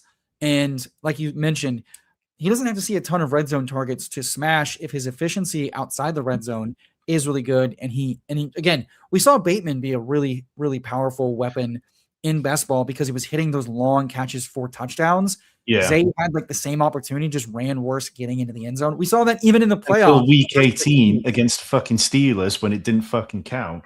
Right. But, so it's like, we know he can do it. Yeah. We know he's had some bad luck. This is almost kind of like the Jacoby Myers thing where it's like, yeah, he just can't catch touchdowns. And then he gets a season where he catches, 6-7 touchdowns and like smashes his price. So it's hard to not like the setup for just betting. And in Eliminator, especially, I want to bet on really good teams with guys that can break out or sustain week to week. And I don't want to make that bet early on bad teams. I don't. Yeah, I mean, look, I try not to get too deep into Ravens rants because I know it becomes tiresome to hear people getting too up on their homerism on teams. But you go and look at red zone efficiency last year. Lamar, out of quarterbacks who had 25 more pass attempts, Lamar ranked second worst, only ahead of Jackson Dart in completion rate in the red zone. Nothing came easy for the Ravens down in red zone last year, and a lot of it felt like it was scheme and just little breaks that just didn't work out. So I'm absolutely betting on positive regression for a number of categories there because Lamar Jackson is too good for that to be sticky. I mean, JMO's a slam here, and then we can talk about what we want to do. And I'm kind of tempted to get a rushing quarterback with the ceiling and floor of Jaden Daniels, who also has a different bye week than a bunch of our other guys. That sound good? Yeah, that sounds good to me. I mean, Jaden Daniels, it all just comes down to health, doesn't it? So if we're locking in Jaden Daniels, do you see yourself going in this contest? It's still a 3 quarterback build, or are you any kind of? I do think I still lean 3 quarterback just because of how this setup works. I just, with a 6th round guy, we can now go toe to toe. If we come up against a team with Jackson or Allen, we're not going to feel totally outmatched at quarterback is really what it comes down to. And then it allows us to play a little bit more choosy about quarterback 2 and 3 versus if we wait for the next tier of guy. And then for all the Sanctuary members that, maybe watching this on replay, the reason why we take Swift where we do is because in this draft, he goes at 44, where we take him at the turn at, pick 50. And then look at who all comes off. Hendo, Tootin, Price, Pollard, all go ahead of ADP. What's coming back around to us, at the turn as we do this members-only Sanctuary Eliminator slow is likely a lot of receivers or quarterbacks that the market's kind of wishy-washy on. And I think we're building our team to be able to like play it. Ultimately, I want to play the pockets. And when you're on the turns, I think you have to dictate a little bit more for your own structurally. I think you have to dictate your own destiny with how you're filling that out while also like being open to some fallers to bail you out. But you don't want the fallers to have to bail you out of like a dead structure. And I don't want to have a dead structure in a contest like this where, any given week you're going up against a loaded team who had a much better, draft or setup than you did. How many weeks in is it before you start min cashing in this contest? Just out of interest. Week 4. Week 1, 2, 3, 4, 5, 6. Oh, they didn't do the asterisks. Hold on. They did the asterisks last year, and that was a fun way to bastards. It just seems like this competition is just one where if you were walking away without a min cash on pretty much payouts start after round. So week 4 they start. Yeah. It just seems like such a gimme to at least make some level of money on this competition, even if you don't walk away like our good friend Josh, taking down absolutely everything. But like if you're hitting 150 teams, you'd hope that you're going to get some level of reasonable return on it because I mean the odds are so favorable. Survive till week 4. And even then start min cashing. Like, obviously, we're not here to min cash, but like, I mean, contest selection is such a big thing. And we're not just, this isn't the best ball of 5-10 years ago. This is best ball of we're looking year to year. We're looking for portfolio stuff, aren't we? So, yeah, it's all about accumulating little wins. Yeah, exactly. And that's the thing is I want to be as live for as long as possible, but I also want to have like the most outs to outdo my opponent. And I think the way to do that is targeting good to breakout offenses that can, provide scoring environments for players to outperform their ADP just because of touchdown equity and expectation. as well as like role expansion. And there's a lot of ambiguity in Washington for guys. There's, guys like Chig and otherwise that still feel kind of underpriced for what they could see in like a 90th percentile outcome. And I think this is just a contest to, like, you don't have to get cute because bad teams have less scoring equity, and that's just how it is. That all said, this range kind of blows. I don't mind taking a tight end, but it's not my favorite. What's standing out here to you? Because we do have, if we take Herbert, it overlaps with Daniel's bye week. Yeah, I'm not down with that. I think I'd be fine with Harold Fanning. That works. Like, it's the only Jesus fucking Christ. Come on. Okay. I hovered over Underdog. How dare you not pause it, you bastards. I mean, yeah, you just do what you like. I mean, you would take Chris Godwin, you take Chris Godwin. What do we want to do here? I'm fine with Harold Fanning. Yeah, the point still remains, like, taking the tight end there. He's the only piece of the offense I particularly feel great about. I'm having a bad week on the sticks. I've been able to like pause the fucking thing by just playing with it. And this year, too much belief, man. Too much belief. Edit that out in post if you. Yeah, that's cool. Well, once you send me the low 5 figures, I'll be sure to do that. Fuck me, low 5 figures. Honestly. Let me make the bull case for Godwin. I think he stands in a tier above guys like Sutton, Wilson, and Reed because he's playing the power slot in an offense that prioritizes him. I know he was banged up. I know he's a little bit older, but from a history of points per game and ceiling that we've seen from him, he still looks like he still has the type of profile that could give us a really good season. Unproven Ted Hurst with no Mike Evans. If Egbuka's not exactly what he's being drafted like, Godwin's the clear wide receiver 1, especially early on in the season, a full year removed from his injury. Unless we forget that week 17 and 18 last year, he was fingertips away from a 100+ yard, 2 touchdown game coming off of a mangled ankle. I think it cost from I think the risk reward of Godwin versus Sutton, the reward is so much higher for Godwin than it is for Sutton. And I think at that point it's worth more than, and I can't in good faith take a smaller version of Reed in that Godwin is, of like a slot guy, but with more red zone equity. Well, I think it's just still there's so much hurt to people who drafted him over the last couple of years because the amount of receptions he had in those 2 years is 83, which was exactly the same as he had in the previous year in that season combined. Like, it's difficult to draft a guy who was volume reliant and then not get volume out of him for a couple of seasons in a row. So I understand why people are down on it. But yeah, I'm just betting on, and we've talked about this before, I think that a lot of the Tampa Bay problems last year stem from the offensive line. Like, they were beating up, they were really dealing with a lot. And I think that's not going to be the case this year. Obviously, you've got the Baker Mayfield contract situation, which is a little acrimonious and a little miserable, but ultimately, I don't think the Bucs want to get back into the rookie quarterback streets. I think that sooner or later they're going to find a way to agree something, probably by training camp, if I had to bet on it. And if the offensive line's better, then overall the pass efficiency should be completely fine. And I would bet that Godwin is quite easily at worst the second best target on that team. Yeah, and the speculation around Baker is that if they don't agree to something, he'll play through this year and expect to get paid by someone next year, given just the market and stuff. That's the local beat. What's going to happen there is Baker throwing touchdown passes and fucking just giving it the old cock chop right in front of the Bucs bench. Like, there is no way that he wouldn't thrive in that situation. No, absolutely.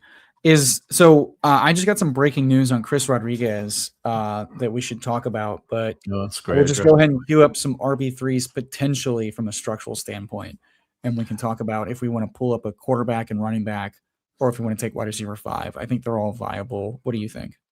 Yeah, I'm good with JCM. Definitely works, and bye weeks kind of work for him. For this build, but if you want to chase a bit of ceiling, fine, go Jonathan Brooks. I don't particularly love Jonathan Brooks. Do we want to do Goff, JMO, and then Bill for the running back, quarterback here? Yeah, I'm good with that. Yeah, and Goff makes a lot of sense for JMO. Cool. And it's also thankfully a different bye week than Jaden Daniels, so we avoid some overlap there. I think the quarterback outprojects all of these players, we see Jacoby continue to fall. He's interesting, but I think we do catch up with some, Flowers, McConkey, Williams, Godwin type of guys. And I think in this contest, you're going to continue to see wide receivers fall. But let's talk about the breaking Chris Rodriguez news that I just saw. I feel like I'm not going to enjoy this. According to a team source, Jaguars running back Rodriguez had a procedure on his left foot following an injury earlier in the offseason program, but is expected to be ready for the start of training camp in July. And we're getting speculation on what that injury could be, given the return timeline. So he's had a foot injury. He's expected back for July, but that is apparently why he's been missing. I guess, look, I mean, not a doctor, but if Jeff says that timeline makes sense, then I trust Jeff. We trust in Jeff around these parts. But yeah, I mean, the training camp stuff is probably fine for a veteran like him. Maybe it opens the door for, is it LaQuint Allen, take a bit more snaps and a little bit role. Maybe you feel like when you bring in a camp body, maybe it opens up the door to being like, okay, what's Najee Harris's price? What's Austin Eckler's price or something? And seeing if they just bring somebody in for that.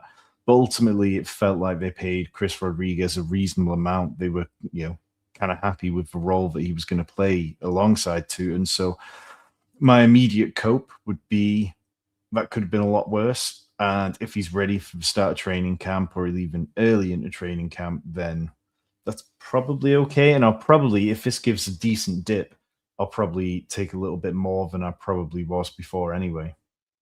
Yeah, I wasn't taking a ton as he rose. And if it is a Jones fracture, which is completely speculative, it is an injury that tends to impact explosiveness and efficiency through a good Chris Rodriguez isn't explosive anyway. There you go. Well, yeah. What? Oh, Najee with no AC, with no Achilles, you've not injured him. It doesn't matter. So there is some, Chris Rodriguez has been touted as this guy where it's like he's got good yards per carry, he's got good success rate. What does that look like if he does have a Jones fracture that impacts that for part of the season? And to me, the answer has been, ever since we heard whispers of a potential foot injury sidelining Rodriguez, I've been taking more Tootin, expecting a rise, and also just saying, well, this is more opportunity for him to get more work in camp and potentially get more work early in the season if Rodriguez is just not what they signed him coming out of Washington or what they remember him from Cohen's perspective, like back in college. So I think I've not been a big Tootin guy, and now even more is breaking right for Tootin right now. I think I'm going to take a lot of Tootin before he gets more expensive if the market's going to be, oh, he'll be back. Because if there's any setback, it's no bueno. Yeah, I mean, like, I'm not the biggest on either of the guys in this backfield, but it's hard not to agree with your point that like it lines up well for Tootin. I think they'll still have a role for Rodriguez, but it's kind of important to remember Rodriguez last year got there so much on touchdown. Like he had the sixth highest touchdown rate at like 5.4% something among running backs who had 100 or more rush attempts. So, sorry, we're on the clock. Who's your preferred pick here? I like Tyron Tracy. I'm still in on him. If you want to take one of the wide receivers ahead of him or one of the tight ends, I'm fine waiting. Well, no, if you want Tracy, let's take Tracy, and then let's talk about, I think there's a lot of bullish comments about Higgins, but it's Higgins or Goddard to me personally. I'd rather go Goddard. I'm not really, I mean, you know me, I'm a CJ Stroud certified hater, and I just think that like it's hard to be interested in a guy for fantasy football when he's never been good from a fantasy football perspective. And for all that Higgins is a good player, for all that Tank Dell is somebody who, a couple of years ago looked like a fantastic player, I don't think that the passing volume is necessarily going to be there to support more of a Nico plus occasional weeks. And I don't think that the price is fair compared to what we get from Jaden Higgins. Jaden Higgins to me feels more like a 14th round player. And if I was getting him there, I'd be kind of more interested in it. But at the minute, it just feels like we're taking him there because wide receiver gets pretty fucking miserable around about this time in the draft. It does. And that said, though, like we were already going to build a team that was going to prioritize quantity at wide receiver. So while Tracy's not my favorite pick in the world, Scatterbo is coming off an injury. It's a team that's going to run the ball a lot from a contingency standpoint.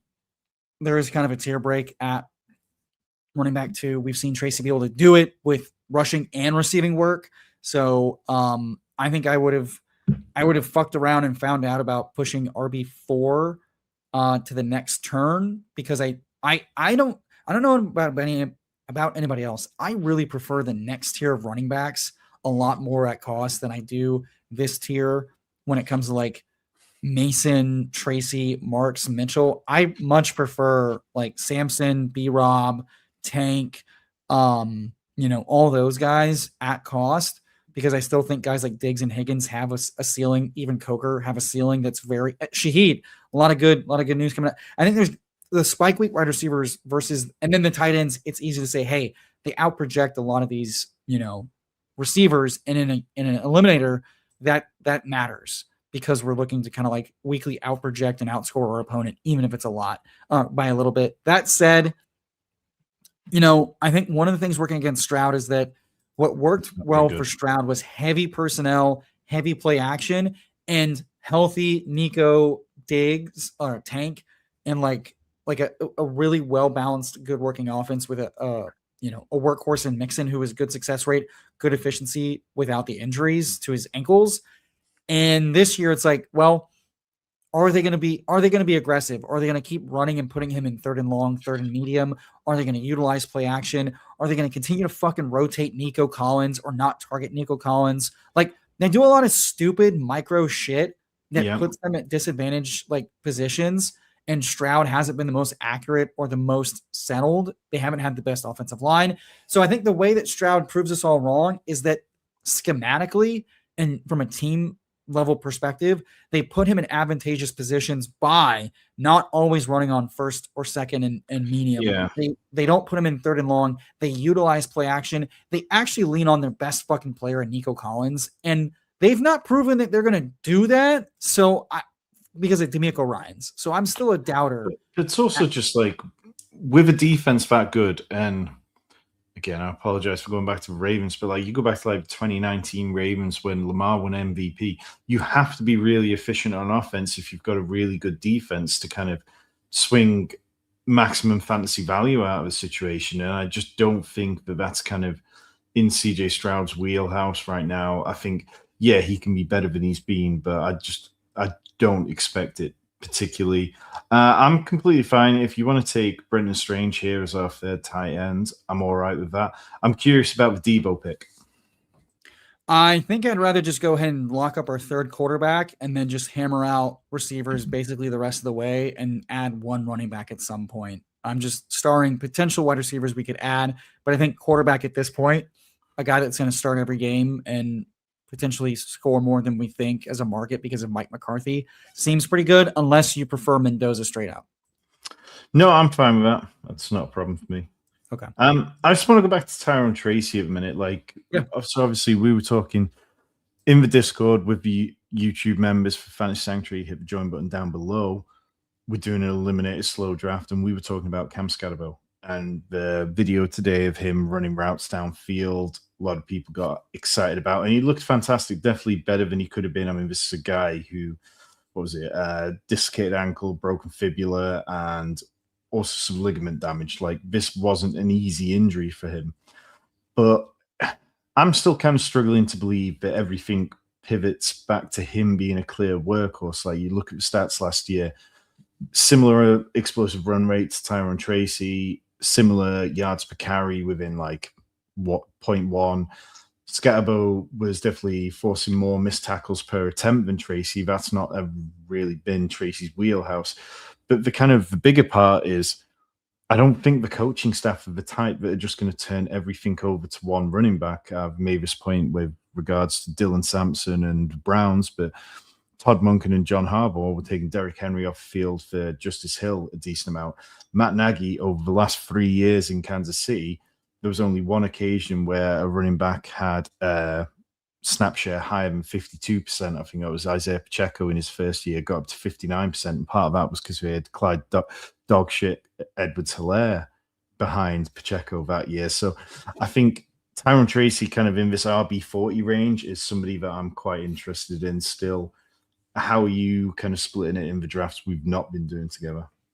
I think that's fair. Like I said, it's that Tracy to me just isn't too much different. And that's what's been tough is I'm a little skeptical about how good Cam Scatterbo can be off the injury. But two of the things working in him and Judkins' favor is that they do have elite traits in their athletic profile. Judkins the overall better athlete, but they do both possess like elite athletic traits, and they're both young, which are ways that players often outperform or at least match pre-injury production and efficiency in having that elite trait and being young. Typically more with ACL, he's had a little bit more gruesome of an injury. Physically, he's looked okay thus far. Not a doctor, not a mechanics expert, but the fact that he's already been able to like take part in what he's doing seems like a good sign. And it just seems like he's going to play through anything like a madman, kind of like the Josh Allen of running backs, quite frankly. Yeah. So it comes down to like how much does the team trust him? So I've had a slight fade at cost because of the potential that like this New York Giants team isn't that good without Neighbors. He's maybe not as efficient, but he's getting volume, and volume could ultimately be the reason why it's fine. Tracy's just been fine. He's not been anything like insanely good or insanely bad. He's actually been a better runner than a pass catcher, but he's been cromulent. Yeah. So it's one of those things where it's like he's middling to fine. And if Scatterbo's gonna play week 1, which all signs point to that, then he's just a handcuff, and I have handcuffs slightly cheaper. And at that point, I probably have enough running back where I'm just taking running backs like I said, it's a structural thing. Right now, I'm rarely at a point where I need an RB4 that I feel strongly about versus the next pocket of guys. So I just wait and take the next pocket of guys, and I'm taking running back, I'm taking quarterback, I'm taking tight end or wide receiver, tight end, and quarterback sometimes in that pocket instead. But to your point, I don't want to avoid a guy who has been a pretty good volume like guy. My worry is that Devin Singletary did get goal line work over him last year at points, and it is a new staff, and they did retain Singletary. So I don't know. Yeah, it was a rework deal, wasn't it? Like, it wouldn't be surprising to see him maybe lost. Back on the clock here for what, round 15, 16. 3, 4, 4, 3. Yeah, I think Isaac Tesla is definitely fun enough that I'm into it. I think I definitely want Boston. So do we want to double tap? Yeah, Boston, double tap receiver. Tesla Boston works for me. I think that's cool. Yeah, let's do that. Definitely fun enough. I mean, like Tesla, it's just when you get to this range, it's rare for me not to feel fairly good about my wide receiver room. And then you look at a guy with 16 catches, 6 touchdowns last year. Like, I'm okay chasing that upside. Him and JMO, how many weeks are they both going to hit their ceiling outcomes together? Probably not that many, but if you can ping pong production between them, I'm absolutely fine with that. Yeah. And I think that's like Denzel Boston is a first round pick. It is on a bad team, but from an opportunity perspective, guys that smash their ADP are typically playing more than we think, or they're just playing a lot more. So they're going to lean into more of that. If Watson's not terrible, or they play Sanders and he's fine, like Todd Monken's offense does lend well to like a vertical style offense. We've seen guys have really good seasons. So at these costs, I'm fine paying for opportunity. The Lions keep telling us they're going to play plenty of 11 personnel. They like Tesla a lot. The guy just scores touchdowns. He's not my favorite click in the world, but if we're going to kind of do a, double stack Goff and eliminator, I think that's okay, because both of those guys are only hitting our lineup because of touchdowns. And if it's because of touchdowns, it's because Goff's having a big game. So we're kind of correlating those things in a good way. Tesla's kind of a handcuff for Amon-Ra or JMO as well. So let's just like take a bet on a good offense we've already kind of done that with. And with Boston, it sounds like he's already running expectedly with the ones from an opportunity perspective. If Judy leaves, that leaves he and Casey Concepcion. And so that's a big win. G-Temp, we'll review our friends and family teams right after the draft. I see y'all ripping away. Had some interesting builds so far. I see Charlie, drafting out of the 4-hole. So we'll definitely take a look at y'all. KY as well in the 1-hole. I know he always gets weird late. But yeah, so I just think like taking those guys, we were going to finish the draft with 3 receivers. Let's just take stacks and talent and, see what happens. Yeah, can't be bad. Harbaugh and the Giants feel like last year, Pete Carroll and Raiders. I definitely get that vibe. I mean, like, honestly, it's kind of weird to see John Harbaugh going back to like the old miserable wide receivers for Juju Smith-Schusters, the Odell Beckhams, when there was so many points where these kind of things didn't necessarily work well. Yeah. And just hoping that, injured running backs will be fine, and just putting a quarterback's development on the line for this sort of stuff. Like, I think that they're going to be okay. And I think that the vibes uptick in New York stands to be a little bit better than things were. Like, Pete Carroll was always a bit of a tricky guy. For the most part, Ravens players seem to really like John Harbaugh for a good majority of his time in Baltimore, but it's much easier to like somebody when you're winning. Like, if things don't start off well, and I mean, the Giants, like, it's not necessarily an easy schedule start the year, is it? I seem to remember they've got Ravens, Rams, or something like that to open the year. Like, that doesn't feel great. It doesn't. And they're like, we're going to be a run focused team. We're going to like try to ball control. And I'm like, with what fucking defense? With what elite offensive line and run game? Like, I just, you've got like, pass rush, nothing else. Yeah. Like, why are we, and Abdul Carter potentially banged up, was the news we got yesterday. So it's like, this isn't your Ravens team, Bucko. Well, it is, because these are the fucking injuries that happened every fucking training camp because he pushed them too hard. Yeah. All right. Who's our last RB? And we have Bill, so I don't think we could do Singleton. No. We could do Lloyd. What do you want to do? I mean, yeah, why not Marshawn Lloyd for old time's sake? And then do you want to go Chris Bell for wide receiver to make up for earlier? We could. I don't know if he's going to play week 1, so I'm a little sketched. Yeah, but realistically, week 1, we can't be thinking about that with the 6 wide receivers we've already taken. I think that's fair. Non-derogatory. Okay, we can take Bell in the eliminator. It doesn't make me happy, but what if he's well? Look, do you not think though the equity is worth it alone for if Chris Bell is what we need in week 17, and we had this team with Pat, which we finished drafting an hour ago, and then we can come back to this and it just absolutely Chris Bell is what we needed to win 200K in the eliminator. That's going to be a beautiful rewatch. Honestly, if Chris Bell ends up being like bargain bin Egbuka, that would be hilarious. Everybody counts him out early and says he's late. And what if he only matters early and doesn't matter late? Would be hysterical beyond belief. I'll read off the team for what we just drafted in the eliminator with a bunch of friends and family, and then we'll get to y'all's drafts real quick. 3-5-7-3, Jaden Daniels, Jared Goff, Aaron Rodgers, Barkley, Henry, Bill, Tyrone Tracy, and Lloyd. We didn't really get to talk much about Bill, but they kind of alluded to that, like, they're counting on him to be the guy with juice that game breaks. And Scott Barrett of Fantasy Points has been tweeting with the beat reporters out of Washington with the new offensive system. The early whispers schematically are that their run game will likely be an outside zone game. They didn't run enough, but they ran really well. And that the guy that did it best in this backfield was Bill. So some pretty good comments. He was missing some time, but at cost, I think worthwhile shot given the upside. But Tracy and Lloyd, because, just why not be in on Lloyd 3 years in a row? What could go wrong? What could go wrong? Zay Flowers, Lab McConkey, J-Mo, Godwin, Tesla, Boston, and Chris Bell. We try to not overlap bye weeks. We try to target good players on good offenses. We stack up our statue quarterback, which felt like a good idea from a touchdown perspective.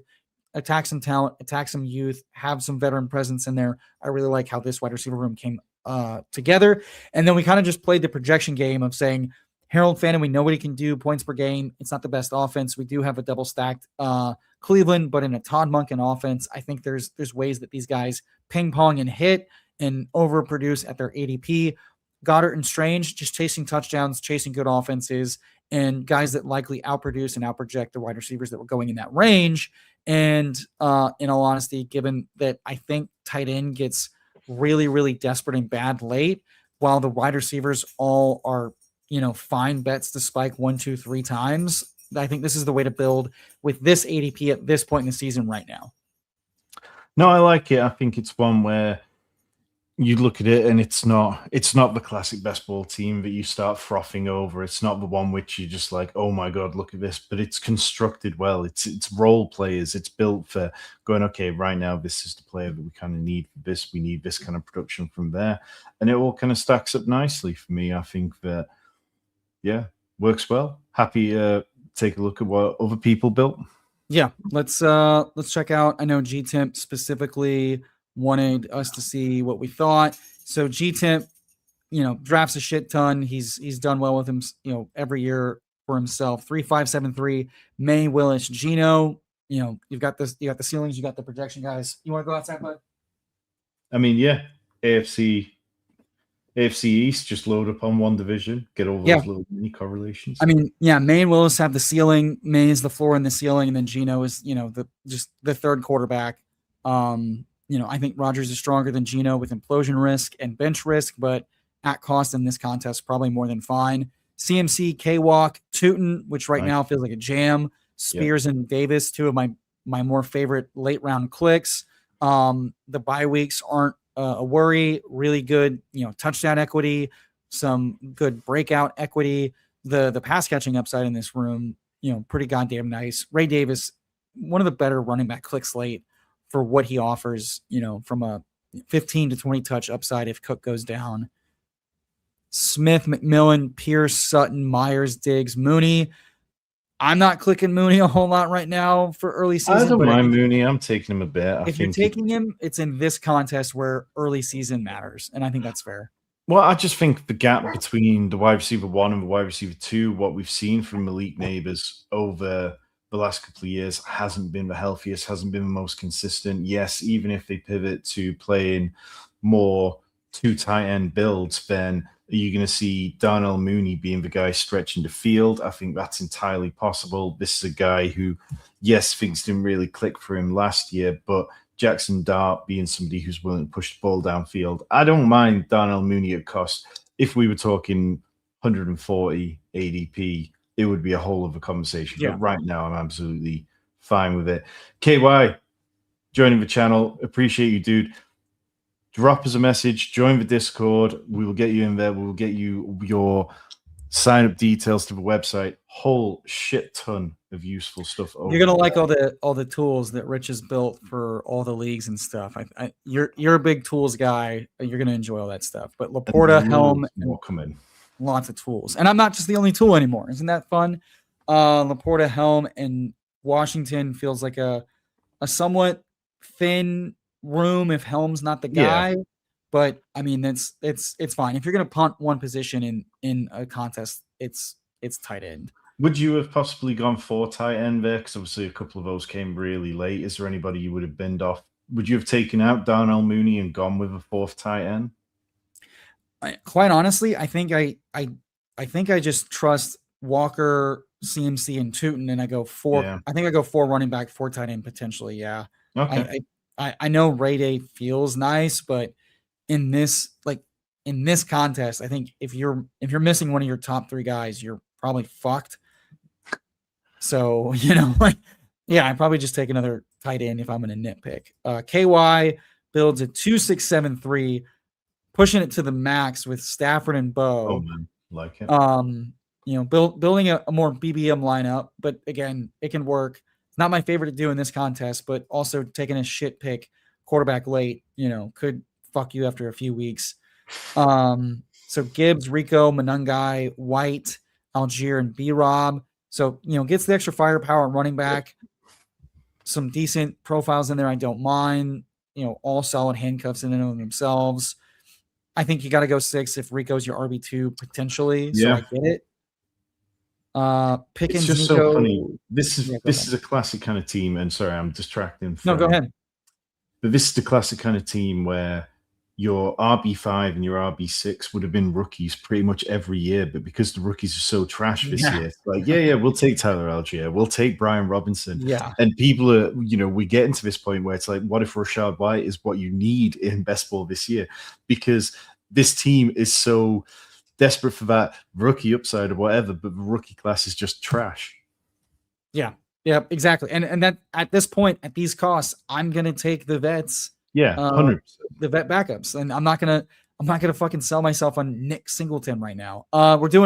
We just wrapped up Eliminator No Cap Mac, and so we're just reviewing a couple friends and family drafts. $200,000 for first. We definitely, we filled this fucking room that's 6-12 week one with some sharps. Pickens, Nico, Adams, Waddle, McMillan, AD Mitchell. Okay, Jalen Lane is where I probably just take an Atlanta quarterback. Yeah. And go, what is that really adding to my roster?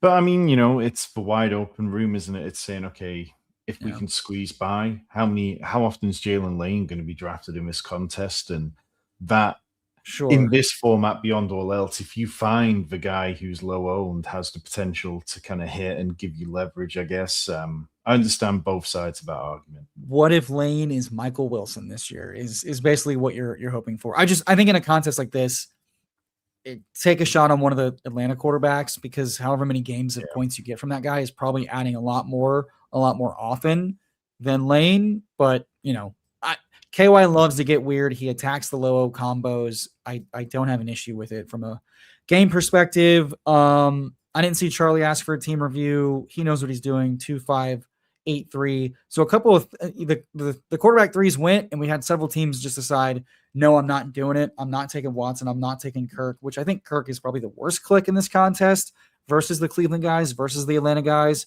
Yep. And only one of the Atlanta guys goes to I think that's a leak, especially in this contest. Charlie knows what he's doing. He's just going to go in and say Hurts is his guy, and Jones is starting week one. I have no issue with that. Houday is a tower member with a 3-5-7-3, good quarterback room, good running back room. Justice Hill is an underrated click right now. Apparently is the running back 2. Tom, tell me if Hill's a good RB2 click in a contest like this.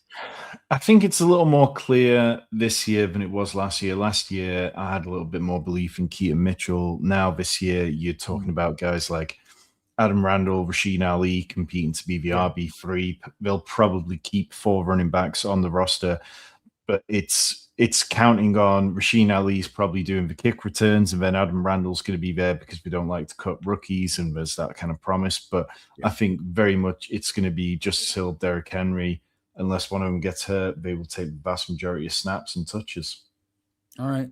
I was worried about the neck injury, but it sounds like he's practicing and he's healthy and he's the clear RB2, and it's a new offense. So, who knows, but it seems like he's the trusted pass guy, and we've seen him have some. Well, if you want to build comparisons, I mean, Declan Doyle, who came from Chicago, you look at the Bears last year, pretty much 2-back system. If you're going to do anything else, then you're going to be on special teams. So, yeah, I don't think Adam Randall's ready to take touches away, and Rasheen Ali's not good enough.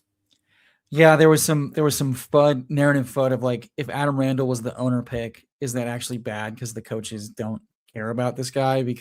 And I'm like, I don't know, but this time of year, you find a narrative, you try to get Gigabrain with it. Yeah. I think Hill's a good click as long as he's a last round running back on a good offense that has shown a good pass ceiling. Good receiver room and very prominent tight end room. Some really bullish potential stats coming from Mike Sanda, who's an FFPC grinder guy. I enjoy his threads. The Excel sheets are very old school, but some interesting names that AJ Barner kind of stacks up with.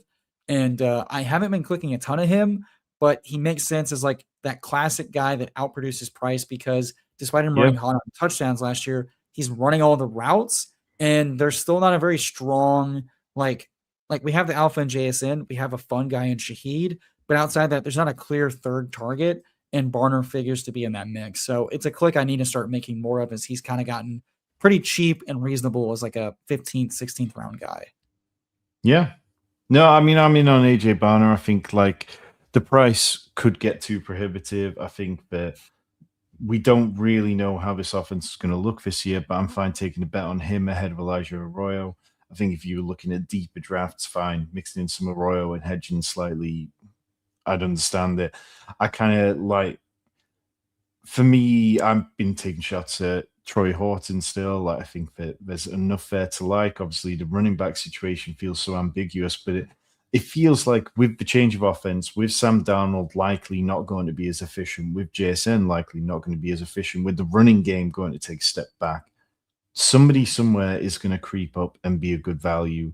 And AJ Barner, yeah, there's loads that points towards him being a great pick. I'm just not locking in on him to the point where I'm turning away from some of the other options. Yeah, I wasn't taking a lot of AJ Barner up until this point because guys like Freiermuth and Otten were cheaper and free. But now, as all those guys kind of start to consolidate around each other, it becomes just like this is a fine click, especially over some of the thinner bets at receiver or running back. Sandy, as requested, last Lamar Jackson, Caleb Williams asks, does I blow my quarterback load? And I think if you're going to do this, you stick with two and you say Lamar's a breakout, Caleb is meeting his price, and you're getting a lot of touchdowns, a lot of rushing yards. I don't mind, if you're going to do two quarterback, shout out Billy Jones, who said his current Sims are loving these mid-tier elite quarterbacks and just going two. So right now, he's like, someone tell me why I shouldn't do this. And it really just comes down to exposure. So I think you might be doing a really fun way to zig from the 3 quarterback meta right now and doing two, mid-tier elite guys and stopping there for that floor and that ceiling. I think it's a fun way to attack some of these contests right now. And something I'm trying to do more of to try to leverage it. I'm not going to have a ton of it because 3 quarterback, just for volatility's sake, has helped, but I think it's a fun way to attack it in some of your portfolio. Yeah, I mean, the running back room you can look at and you can say it looks a little bit iffy, but like you needed the quantity there, yeah. The quantity absolutely makes up for it. The guys we like Kenneth Gainwell. Blake Corum obviously has plenty of, not necessarily a high ceiling, but he has a reasonable floor that we could expect. Jordan Mason, if anything happened to Aaron Jones, blah, blah, blah. Keaton Mitchell, you've got the upside. Sean Tucker. They don't like using Bucky inside the 5-yard line, and then Nicholas Singleton, that kind of rookie upside. So I think there's plenty of fun there. It's just, it's not one, like, again, it's that classic kind of thing. If you tweeted this out, people would tell you running back room looks like shit. That's by design. When you don't take your second running back till pick 94, of course it's going to look a bit shit. Tom, if the Rams don't add a wide receiver 3 and they go into the season with this stupidly stacked top 5 defense with fucking Myles Garrett instead of Jared Verse, do the Rams running backs just feel like kind of a jam because it could be just a fucking onslaught of salt the game away? Like I'm starting to be a little worried about my Corum fade because the defense could be so fucking elite. He's getting like a whole fourth quarter to himself. I'm a little worried. I think that's genuinely one of the best takes out there. And this is something that, need to throw a clip and put this on a YouTube short, because the idea that, if this defense is going to be generational, if this defense is going to be so incredible that Blake Corum could be just winding things down. And then at that point, in 20-round best ball, now it's time to bring Jarquez Hunter into the mix. Let's go. We're back. Jarquez Hunter, let's rise. You had to take it down such a disgusting path. I love it. Well, look, on that note, like, maybe we should just wrap things up there. We should wrap it up. Sandy, this is a good team. I think you did the right thing at the onesies if you're going to do that. Yeah, and attack nice quantity. Stacked onesies as well is fun. Yeah, no, I think that's the way to do it if you're going to do it. I personally would just go tight end over Antonio Williams just to give you that third out at the onesie. I don't know how much Antonio Williams is really giving you right now. I'm not the biggest fan at cost, but that's my one nitpick. But folks, thank you for joining us for a BBM with DogPound, aka Pat. What a homie. bestballoverlay.com for 25% off with code TFS. The fuck suck. And we just did an eliminator with all y'all. Thank you so much. Tom, send us away. Yeah, I'll be back on Wednesday. FFPC, $35 Superflex, 4:30 p.m. Eastern. But big news, Rambus on the Toxic Tower this week. Nothing is going to live up to that. And let's get out of here. Appreciate everyone. We'll catch you again.